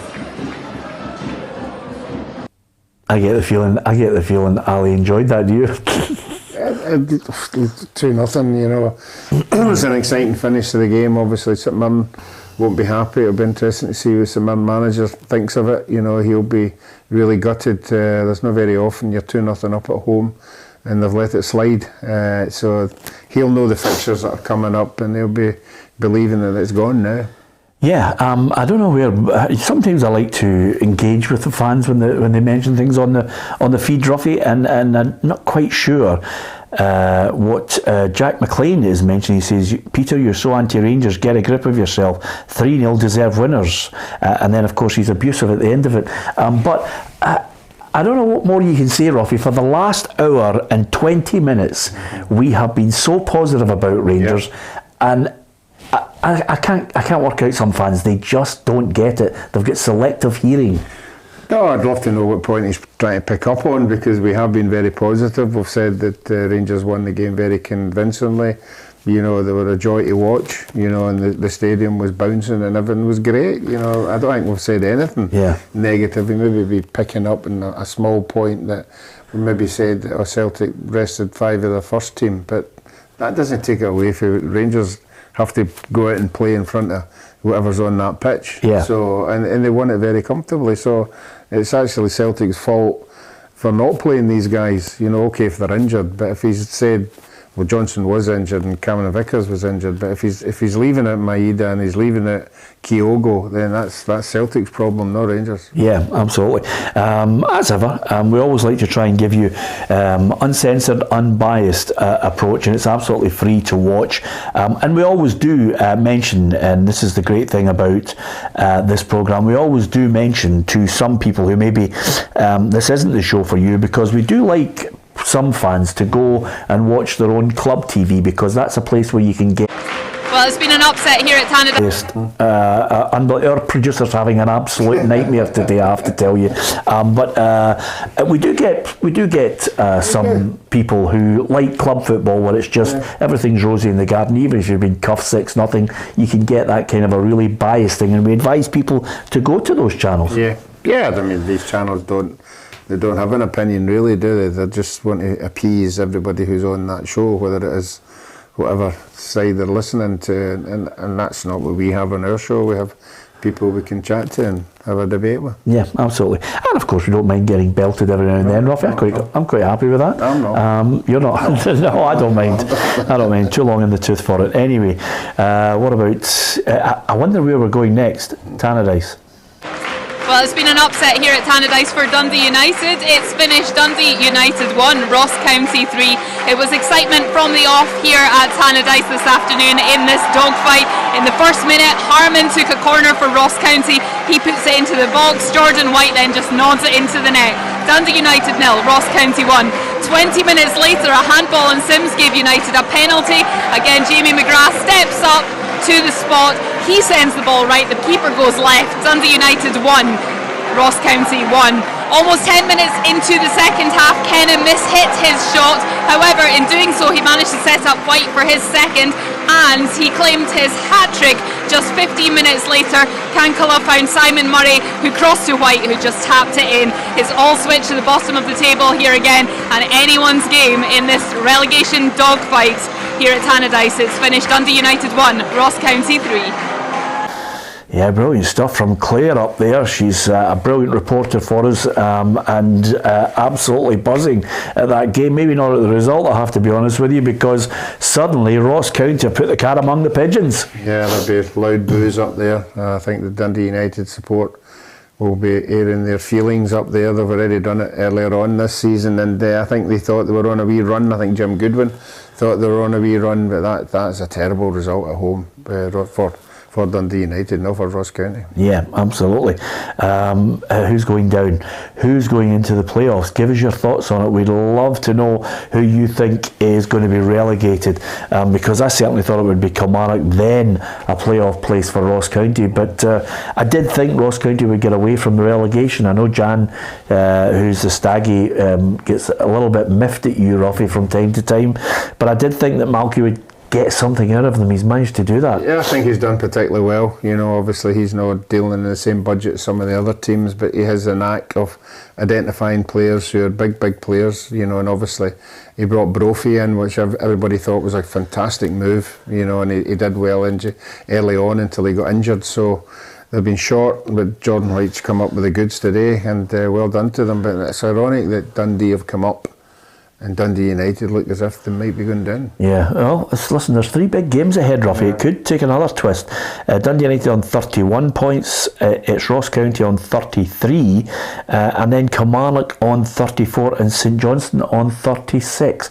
I just feel as if by the skin of their teeth St Johnstone have enough of a cushion. You don't agree? No, I don't. They're not winning games, they're not scoring goals. Early on, when they were sort of picking themselves up, you know, their strikers were doing. Nicky Clark was scoring, you know, and he's obviously been out for a wee while, and they're just struggling for goals, and they're losing goals obviously at the other end. So no, I think if their fixture list is something like 2 away and 1 at home, they're in trouble. Okay, do you agree with Ruffy? Give us your thoughts on that. We'll hear from managers and players. You've heard from Michael Beale, delighted with his team's performance. Obviously, he acknowledged the fact that he feels as if his team has got to go through a greater transformation because they need to get better. They need to close the gap on Celtic. Ange Postecoglou made no excuses, wasn't interested in anybody talking about whether the fans would have made a difference inside there. Remember, it was 50,000 Rangers fans, no away supporters. He didn't make that excuse, and he certainly didn't make an excuse for his team. They were off it. Certainly the stray passes, couldn't take any opportunities that came their way, and gave chances to Rangers which they capitalised on. So Ange Postecoglou, looking at that, will want to see if he can get a reaction, because Scottish Cup final, June the 3rd, chance to win the treble, has to make sure that they don't switch off, Ruffy. No, I don't think they will. You know, some players were given the chance today and impress. You know, I don't think any of them did. So I think they'll be getting back to the usual 11, you know, getting into that game. And obviously Cameron Vickers won't be there, but I'll be hoping Johnson's back, and I wouldn't see Maeda and Kyogo sitting at that game. So no, I think they'll be back to near enough their 11, but I'm just wondering what Inverness are actually doing now. No, they're not having the game for they won't have the game Yeah, for about a month. I think they may be playing the odd one behind closed doors as well, Ruffy. I look at that table right now, Ruffy. Bottom end, you mentioned Dundee United now at the bottom, 2 points ahead of Ross County, and a further point ahead, that's 3 points ahead of Dundee United, is Kilmarnock with that win today.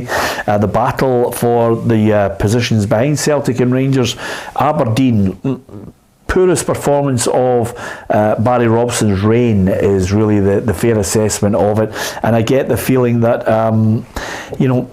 he'll look at it and say, well, we didn't play well, wanted to make it a celebration with the Gothenburg greats there, didn't quite materialise, but it's a point gained when you consider what happened with elsewhere with Hearts and Hibs. Yeah, they'll be reflecting on that as soon as you go into the dressing room after the game. You'll be disappointed you never won the game, but you'll be certainly, once the news comes through, as it will do from other grounds, you'll be saying, well, it's not as bad as what it could have been. But it's the team, any of these teams, two wins out of the next 3, and I think they're okay. Yeah, well, Aberdeen have got 54 points, Hearts on 49, Hibs on 48, and I have to say, St Mirren on 45 just blew their last chance today. I think the door was closed on that result. Yeah, you don't expect them to beat Rangers or Celtic. They might win their other game, but their other games are not going to be enough, because I think Aberdeen will pick up points in the Hibs and Hearts. Hibs and Hearts, surely the television cameras have got, if that is can they not just put it on terrestrial TV if it comes to the end of the season? Put it on. Game, who's going to buy it? BBC or something like that. Yeah, don't see chance. that. No chance, Ruffy. I'm giving you an insight into the way the whole season will pan out. So it's that game has got so much to play for. There is one permutation that might actually force their hand, and I'll tell you what it is. If Hearts and Hibs does have what you're saying, that end of season, there's something to play for, I don't think Sky Sports have used up their full allocation. So I would suggest to you that with that in mind, they will be able to maybe suddenly put it on a Sky Sports 3 or something like that, Ruffy, and I think people would be delighted with that, but I think they haven't taken up their full allocation. Anyway, we were talking about the fact that it ended at Aberdeen 0, Hibs 0. What about the point for Hibernian? How does Lee Johnson view that? Total domination in terms of, yes, they've got threats, of course they have, and set plays and areas like that. And I didn't think we actually produced enough quality in the final third, certainly in the first half. But if that was a boxing match, it stopped, doesn't it? And I was really pleased. I thought Stevenson was fantastic. Yeah, well, fairly philosophical from him there. I think it's a good point for Hibs, because up there at Pittodrie is not easy. It's an Aberdeen side that defeated Rangers up there. Yeah, I mean, Hibs, I know he's saying they're going for the win, but I mean, in the back of his mind, he'll be saying, well, a draw wouldn't be a bad result, because they'd obviously get good games coming up as well, so they're not falling further behind, they're still in there, but again, I think the result of Hearts, dropping points, everyone really thought they had a chance of winning that game, but at the end they're just scrambling to get a point, so they'll know that there's bigger games ahead. Yeah, Alan says, I want Dundee United to stay up as Dundee derbies are a good watch. I agree with you, Alan. I really would like to see United stay up. I just think the league is too cutthroat. I don't like the league starting with suddenly 6 or 8 teams talking about how to avoid relegation. I do think the SPFL deserves tremendous credit for eventually, and I say eventually because this was proposed long before they eventually implement it, and that perhaps gives you an indication of how slow the process is in Scotland. When they eventually brought the playoffs in, it really, really worked. The middle section of it, okay, there's an excitement, there's a financial reward for getting into the top 6, there's a reward of playing against 5 of the top teams, but certainly at the bottom end of it, it works, and I think a lot of fans really like the playoffs, but I'd like to see a bigger league and still have the playoffs in some capacity. I'd like to see 16 Ruffy in the top flight, and all of them working from the rules of, if you haven't got grass pitch, you're not in. Your stadium must be up to the standard, your pitch has to be grass, and that's the way to go about it. Incidentally, a lot of people obviously commenting on, the end of season of Hearts and Hibs, the derby, should it be on the telly? I do think that maybe, I'm not saying they're going to do it, but I do think that at least Sky would have an option. I don't think the BBC would have. Mm-hmm. I might be wrong. I hope I'm wrong. I hope we get to see it. Yeah, I think it'd be great for not only the people who can't get to see it, the Hibs and Hearts supporters who can't get in the stadium. It'd be great for even the neutrals to see it as well. We want to see all our best games highlighted at the end of the year. Yeah, absolutely. Okay, give us your thoughts. Rangers win the derby by 3-0. Cantwell, Suter and Fashion Sakala Jr. scoring the goals. I think if we were looking at them, Ruffy, Michael Beale mentioned, it's those fine lines, those moments, those chances that come your way that you've got to take. Lundstrom fires in a good shot. Hart should have pushed it away, comes back out to Todd Cantwell, and the man of the moment struck it beautifully to give Rangers that lead early on. Yeah, I mean, early on, if you score a goal early on at Parkhead, the place erupts. You score a goal early on at Ibrox, likewise, and not only scoring the goal in front of your own fans, with everybody there, the whole stadium would have been ignited. And if you've got a Rangers jersey on, you're going to say, right, this is the time, this is the moment, this is where we're going to turn it on and show everybody, because we always keep talking about the gap, and I'm sure somebody will mention it in the next couple of days about the gap. Okay, let's hear from St Johnstone boss Stephen McLean. I thought we just lacked that little bit of quality today. I thought first half we were a better side, and we got into good areas and just didn't, final pass, final ball, just that wee bit of killer instinct. Second half, don't think we started well enough. But they didn't really look dangerous, only looked dangerous in sort of transitions, and then we concede the penalty, and then obviously Remy saves it and it gets called back by VAR, so that's what it is. But he's an unhappy man because he was looking for his side to battle and continue to show something, because they've got a big decision to make in the summer as well. Ruffy St Johnstone. Well, he's the same. He comes in as the interim manager. He'll know that if he went on a wee run or saved them from getting relegation, or the board might look and say, right, you're the man for us. I've seen it with Barry Robinsons, I've seen it with Jim Goodwin and Kettlewell. So but again, it's not looking too good just now, and I really do fear for St Johnstone. Up at Pittodrie, it ended Aberdeen 0, Hibs 0. Hibs missed a penalty. Kevin Nisbet missed that penalty. It could have given them all 3 points at the end of the 90 minutes. Here's what Barry Robson had to say. How good the rest of the boys have been. Listen, we're still points ahead. We got a draw. We got a clean sheet. We've been on a terrific run. We're okay. We're all right. I'm all right. The boys are all right. We're sitting at third. Remember where we were in January? Yeah. So we're all right. I think, as Barry Robson says, we're all right. I think he's trying to emphasise to the press, look, think about, at that point he's making there, think about where we were in January. Destiny's in their own hands. They've got a real chance to finish third, and I don't think anybody's going to catch them. No, I don't think so either. I think they've got the momentum. All right, they never won the game of the day, but they never lost it, and they haven't lost a game apart from the Rangers game. So they've got momentum going into these games, and they've got the support behind them, and even when they go away from home, that Aberdeen support will be following them all the way. So the club are in the right position. Yeah, some good points coming in. One here from Alan, who says if Livy have to change their pitch to grass, they go bust.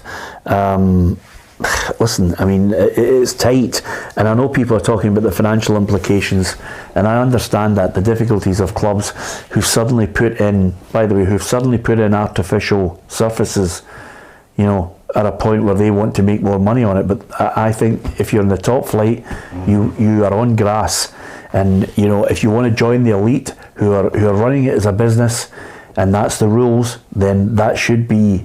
If you don't have grass, you're not in. Simple as that. Yeah, I think so. I don't think it's good viewing wise. I don't think it's good when you see it on the television, and what really makes it even worse is most of the stadiums are only full, so it just makes it a bad picture and a bad.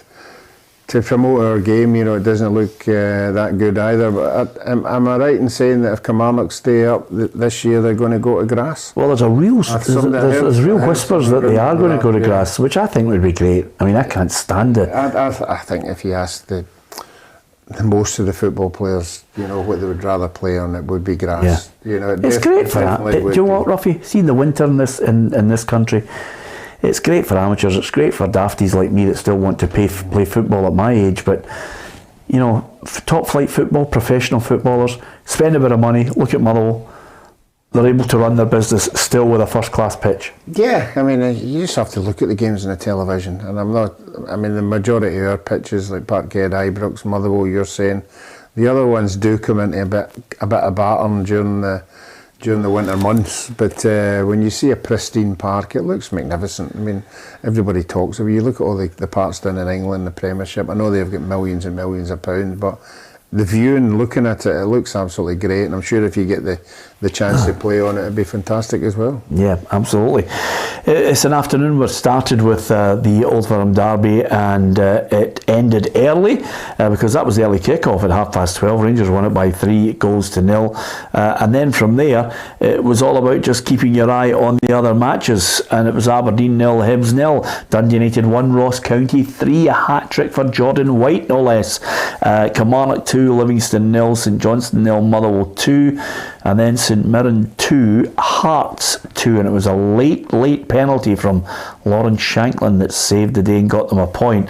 I think when you look at it, Celtic have clinched the title. They're on 95, 10 points further back as Rangers on 85. And then it's Aberdeen on 54, and then Hearts on 49, 48 Hibs.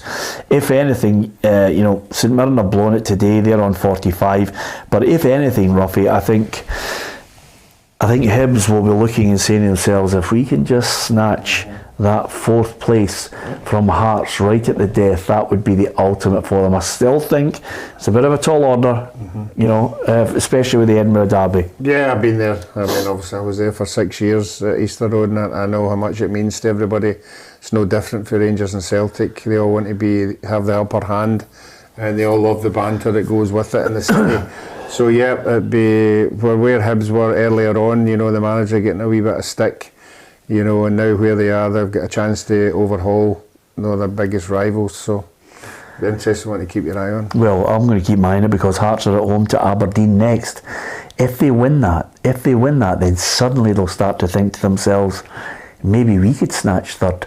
But I don't think so. I'm not so sure that they're going to snatch third. But they've got Rangers away, and then they're at home in that Edinburgh derby, where depending on what Hibs do, it's all to play for.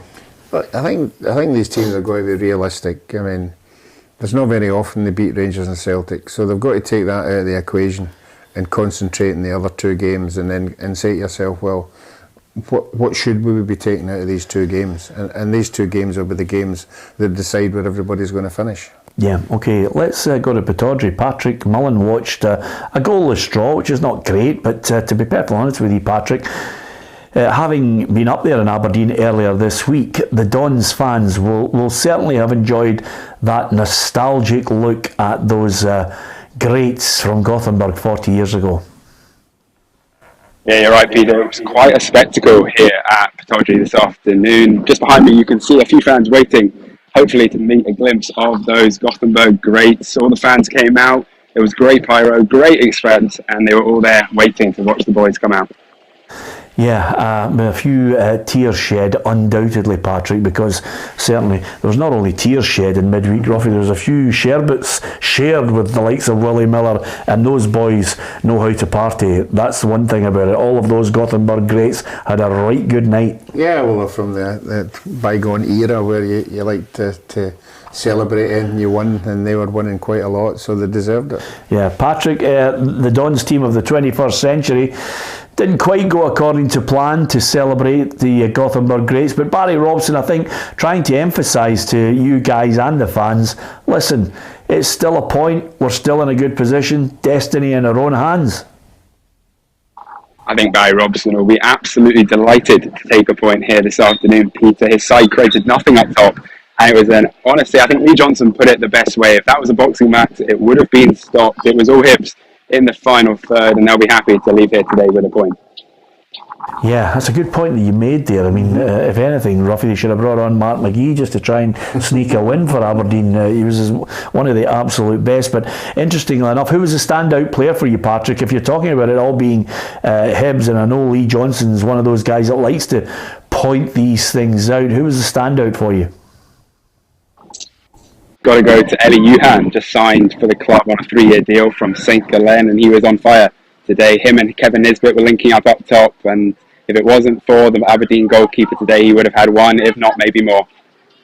And last point, just before you go, Nisbet, he'll be kicking himself. I mean, did he go right down the middle? Did he go left or right? Was it a goalkeeping save for Ruffy, or was it just a blunder from a striker?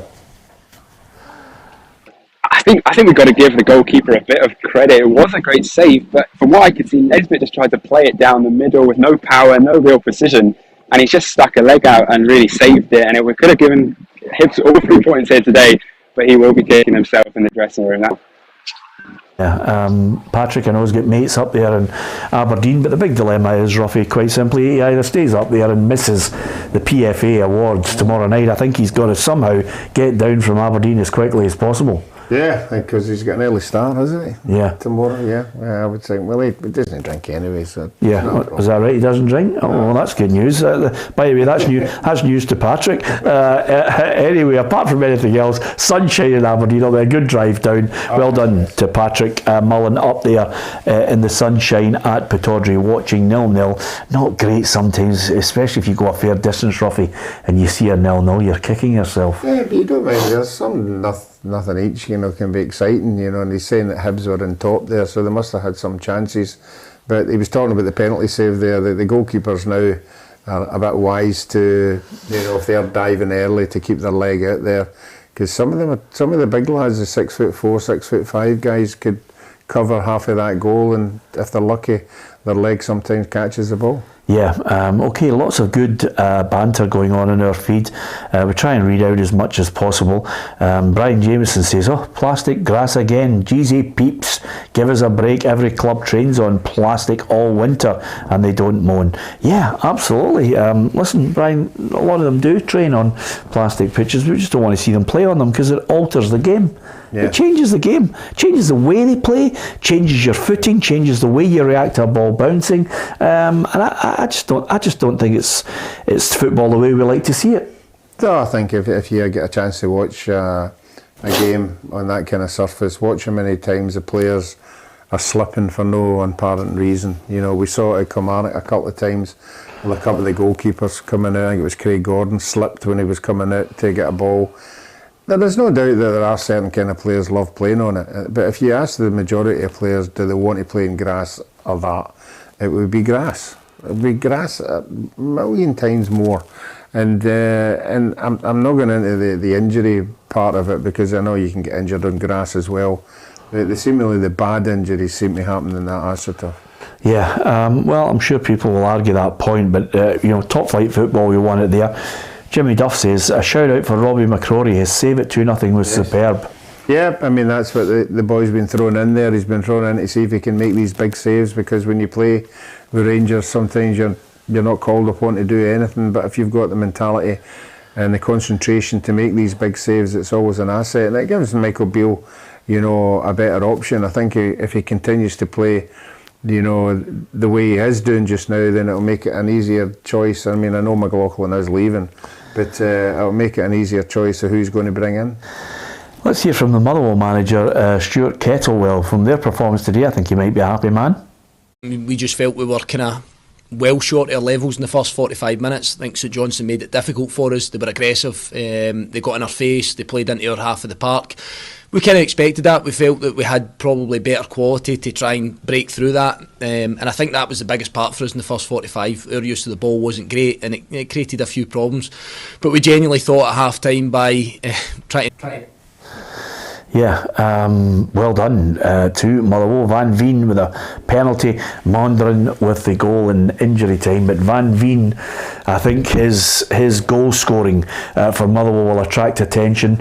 I would love to see him stay in Scotland. I think Motherwell are resigned to the fact that he's leaving.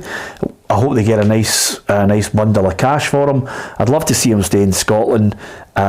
But again, money talks, and even the Championship sides can blow every Scottish Premier League side apart from Rangers or Celtic out of the water. Yeah, well, I think it'll be at this moment in time, or what his agent will be working hard for him. He'll be obviously, identifying clubs, to say that he is available. He'll have a CV of the goals that he scored this year and the teams that he scored against. So depends on the calibre of the team who'll be interested in him, but you would like to think that they are going to get some money if he leaves. Okay, Kilmarnock 2, Livingston 0. Again, David Martindale, just interesting to hear what he has to say on this bad run of results. The leaders, including myself, we need to demand more from us, need to demand more from the group. It's up to me to find a solution, so I'll take that one in the chin. It's up to me to do that. Again, you're looking for your senior players to try and help out, and I'm sure they will. I think collectively they had a chat today. They've went out as a group and they've had a chat. But again, talking, it's actions that change. It's action that change the circumstances, no talk. You're trying to put your finger on it, Ruffy, about what's gone wrong at Livingston. You're thinking to yourself, should he have gone too early with Newbley will be going, Nicky Devlin's going, can't hold on to Fitzpatrick. Did he go too early with all that talk? And some people thought, well, wait a minute, he's talking about, lots of people leaving here. Should it not be, let's finish with positive incentives for the team to play? Yeah, but I mean, knowing David Martindale, he must have had a reason for putting that out there. He must have had thoughts about it. You're right. If these kind of things should have been kept in house. You don't want players. I'm not saying that likes of Nicky Devlin and Fitzwater and that would down tools or anything like that, but it just puts a doubt into the supporters. Have they known that they are leaving? And it's not a bad feeling, but I don't think for a minute they've stopped trying. I just don't think they have got the incentive that what they had, going with to be in the top six. That's been taken away from them. So your level maybe drop a wee bit.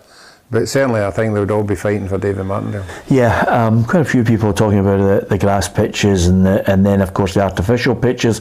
And one of our viewers says, remember, folk were critical of games cancelled in the winter and the all-weather pitches was the way to go. I don't think it's the way to go because Livingston had a few all-weather games cancelled on that pitch as well. So that doesn't necessarily go hand in hand. It's just the way that it alters the game. That's the big problem where I would like to see it change. You want a grass pitch? You can come into the top flight. I think they have to look at that and have to try and see if they can change that rule. And also, of course, some of the other big issues that people want is better decisions from VAR. It's been pretty quiet over the last couple of weeks, Ruffy. Have you noticed that? It has been pretty quiet. I was listening to the radio on the way in, and they had what's the chap's referee who Crawford Allen. No, the chap that went down to England. Bobby Madden. Bobby Madden was on, and it was very interesting listening to him because he was having a wee ding dong with Michael Stewart. Yeah. And it was interesting to realise, Michael, that it's the rules. It's the rules that are in place that the referees are interpreting. They were talking about the ones that get sent off, the boy Hearts, and the other one, I can't remember who that was, but he was saying when the referees go over to that VAR thing, while they're looking at it, they're actually saying, well, what does it say in the rule book? And if it's in the rule book, then that's the decision they make. Yeah, absolutely. It's just the inconsistency of the handball. Yeah. Well, the inconsistency then of somebody's telling them the rules is the inconsistency of actually implementing it regularly. Yeah. Once you get that interpretation of a rule, that's where the problem is coming, and it's annoying folk. But it's been pretty quiet. The other thing you said was it's annoying the referees as well. Yeah, well, they're only human. So they want it cleared up as well. Yeah, and listen, they want less hassle, and we want them to have less hassle. Thankfully, Ruffy, nothing today to debate in a Rangers-Celtic match. Rangers were the best team, won the game, got the 3 points, and the referee wasn't really, I can't think of anything that you thought, oof, that was a mistake. Stephen McLean deserves credit, he handled it well. Mm-hmm. Yeah, and right from the start, when new VAR was going to come to Rangers-Celtic games, that's what we all hoped for. We hoped if anybody was going to win again, they won it fairly. If anybody gets sent off, they get sent off for the right reason. Luckily, there wasn't any handball decisions. which were good as well. So, no, well done to the referees. Yeah, absolutely. So, as far as the Scottish Premiership is concerned, 3-0 Rangers, 0-0 between Aberdeen and Hibs. And again, as you can see, we're letting you hear from the managers after the games, giving us their thoughts on the performance of their team. Dundee United 1, Ross County 3, Kilmarnock 2, Livingston 0, St Johnstone 0, Motherwell 2, and St Mirren 2, Hearts 2. It's a late show there between St Mirren and Hearts, and an equalising penalty from Lawrence Shanklin. I think the result of the day is at Tannadice, Ross County.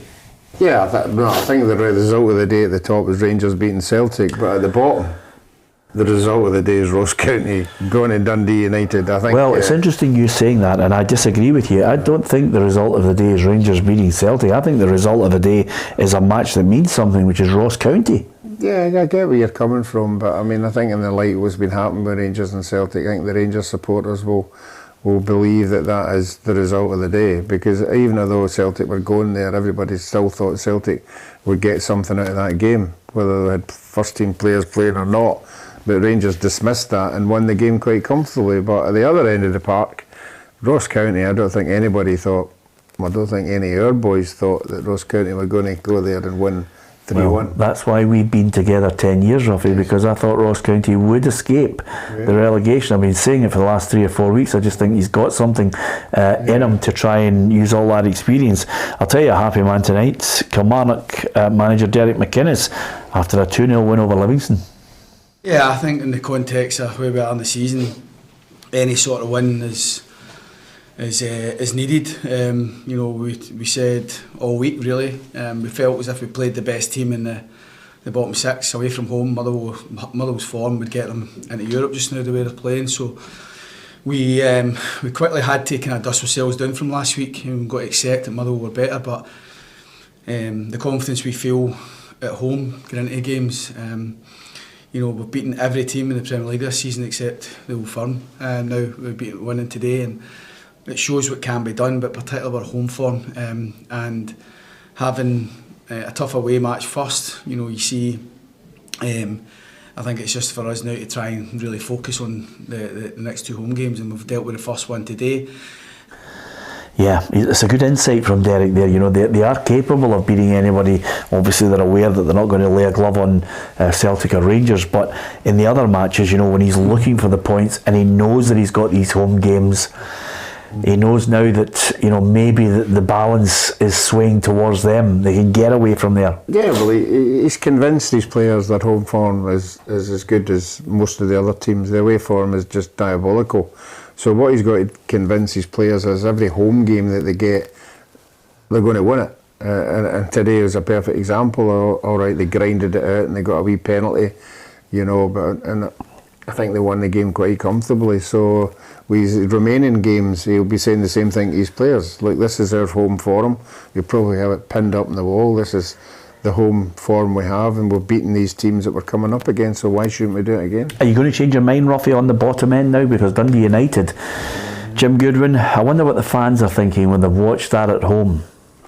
I wonder what Jim Goodwin's thinking. You know, obviously the traumatic experience at Easter Road, when things weren't going particularly well there. You know, I thought for a minute that he had done something to get them out of the mire, but certainly a club like Dundee United shouldn't be sitting where they are, but they are where they are, and they've got 3 games to sort of rectify it. Well, let me tell you this, Ruffy, when you were looking at Dundee United taking on St Johnstone, Dundee United at home to Ross County, those 2 wins there could have secured their safety. Yep. You know, you're looking at Livingston away now, Kilmarnock, they've got them at Tannadice, and then they're away to Motherwell. And as Derek McInnes pointed out there, you know, Motherwell have been taking some good scalps and playing some good football. So it's now going to go right down to the wire with them. And again, Jim Goodwin couldn't get a trick out of the Aberdeen players. No. He was on a 3-game winning run there. Now he's on back-to-back defeats. Yeah, I have to say at this moment in time, I think the best they can hope for is the playoff. But I've said this long, I mean, I don't know who's going to be in that prime position in the Championship, but whoever it is, they'll fancy coming up against a team who's on that kind of run. Yeah, Willie says Dundee United's big problem is relying on Fletcher to get the goals needed, because that really is the only player that you're looking at and saying he's got something a wee bit special, Yeah. and he's at the end of his career. Yeah, and certainly Charlie McGrew suspended as well. He'd be a big player in the run-in for these games. So they're relying on the boy McGrath now. You know, okay, he scored another penalty today, but it's just not good enough, and they've had a horrendous season. Yeah, full marks to Jordan White, who gets the ball, gets the match ball. I still like that tradition, Ruffy, do you? Brilliant. Do you know, I was reading, I hope you know the answer to this before I thank me. Do you know why it's called a hat trick? Have you read this? I think I have. Wow, that's a good shout. Why is it called a hat trick? I seem to remember reading this a good few years ago, and I don't want to make a stab of it, and just in case I sound stupid, so I'm going to let you tell me. Is it? I was hoping you would know. I'm going to say I think it's something because of a bowler hat. Way back in the year dot, you know, whoever scored 3 goals got a bowler hat. Right, Ruffy. It's called a hat trick. Yeah. Okay. I'm not going to quote you. I'm not going to quote you. Do you know why I'm not going to quote you? Because I remember the day that you came out with about 5 or 6 statistics before we went to a break on STV, and I thought, that sounds a little suspect. But nevertheless, it could be something as far back as that, Ruffy. You might be right. Maybe somebody will tell us before we actually get off. But nevertheless, let's hear from the Hearts interim manager, because it was a late penalty equaliser that got them a point. The foul for the second goal, I don't agree with. I've seen it. I'm fortunate enough to see it again. Hilly just goes and wins the ball, but yet we get given a foul against us and it costs us. And then I think it could be a penalty. Now again, how VAR works, who knows? Because I can, and again this is our footage, but I can see a clear pool and Peter Haring who's going into the area where the ball's going. Well, he's not happy with them, just as we were talking about VAR. He's not happy with the goals that they've conceded. Certainly not happy with Peter Haring getting a red card. There'll be some viewing to go through. There'll be some explanations and phone calls made again. And these are the things that have constantly reared their head. Mm-hmm. Yeah, and obviously we've seen some managers, appealing against these awards and losing, and some of them are a bit cagey and cautious of spending £1,000. So it'll be interesting to see that incident and see whether it's worthwhile doing anything about it. Okay, don't forget, we're back on Monday. Ruffy will be with me, and of course we'll have Alison McConnell with us, and we'll be looking back over the 90 minutes and beyond at Ibrox. Well, Rangers won by 3-0. We'll hear from players involved in the game. We'll also hear more from the manager, Michael Beale, a delighted Michael Beale, and a reflective Ange Postecoglou. So well worth joining us on Monday as we'll look again. 3 games left in the Scottish Premiership. Playoffs are plenty. Lots of things to talk about, and of course I think the most interesting point now left in the league, if I'm going to be brutally honest with you, Ruffy, is quite simply the fact that we are looking now to see who's going to get the battle 3rd and 4th, and then playoff and relegation. That's really the essence of what's left. Of course, not forgetting that Celtic are playing Inverness in the cup final. Yeah, I mean that's what's at stake. Players' livelihoods. They'll know, particularly at the bottom, if they drop out the league, they might be moved on. At the top of the league, the excitement of getting to Europe, and we hope that any of the teams that do get into Europe, apart from Rangers and Celtic, that they do particularly well. Yeah, William Smith's got a good question just before we go. Ruffy, how many hat-tricks have you conceded? Oh, Dixie Dean scored 1 against you, didn't he? Dixie scored 6. 6 against you. 2 hat-tricks in the 1 game. Yeah. Wow, that is some going. I'm glad you remembered that, Ruffy. I do remember it, because I remember it was 7-2 with about 5 minutes to go, and Celtic got a corner, and Dixie was standing in front of me, and I just said, many goals have you scored? And as the ball came over, he went, "That's 6." That's the measure of him. He was a fantastic striker. Now, I've got to mention to you, Ruffy, that tomorrow night is a big night. It's the gala affair. It's the players who vote for their player of the year, the young player of the year, and that's in the men's and the women's section. So we're going to see the cream of Scottish football there at the Hilton in Glasgow, all ready to celebrate and applaud the players that they've voted for in the categories of League One, League Two, Championship, and of course Player of the Year in the Scottish Premiership and Young Player of the Year. It really is a fantastic night, Ruffy. I'm very honoured that I get to host the whole event, and of course you get a chance to chat with the players and pay tribute to them as well. Yeah, and I think it's good that the most of the players that have been in the divisions are in attendance, because they're the ones who have voted for the people to win these awards, and it's a tremendous occasion if you get lucky enough to win one of these awards that will be voted by your peers or the guys you play with, and it is something that you'll remember for the rest of your life. And I'm just wondering if you think there's going to be any surprises.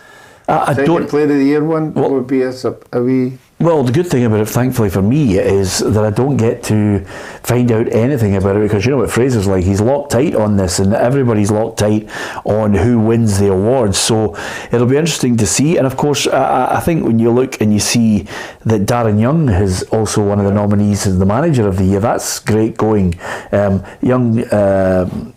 Charlie Riley, and I think Albion Rovers. I mean, to get a vote and be a League Two player, Ruffy, is great going. No, it's fantastic, and obviously the young, we had him at Partick Thistle. Ian McCall thought he was definitely one for the future. He never got a chance really, but now he's got a chance to go to Dundee and be in the Premiership. Yeah, absolutely. Okay, thanks to all our backroom team, Sean and Cheryl, and of course all our reporters out at the grounds giving us an insight into half-time, and of course their full-time reports from the matches every Saturday in the Scottish Premiership. We're here at 4 o'clock, and hopefully you're enjoying your extensive coverage of Scottish football, and of course looking at the English game, and not forgetting European football as well. Ruffy and I have certainly enjoyed Champions League this season. We'll be bringing you more of that next season as well. PLZ Soccer, hit the subscribe button if you can. We're getting bigger and better, and lots more content as well. Join us on Monday. We'll be in place ready for the live show again, 4 o'clock until 5, and you can watch it at your leisure later on if you can't catch it live. And don't forget to download the PLZ Soccer app. From Ruffy and from myself, Peter Martin, we will reflect more on the big result today at Ibrox. Rangers 3, Celtic 0, and the other scores from the Scottish Premiership. We'll be looking at that bottom end. It was a big day for Kilmarnock with a win over Livingston, and of course Ross County with maybe the result of the day, a 3-1 win at Tannadice, and it now means Dundee United are bottom of the Scottish Premiership. From everyone on the Football Show, thanks for watching.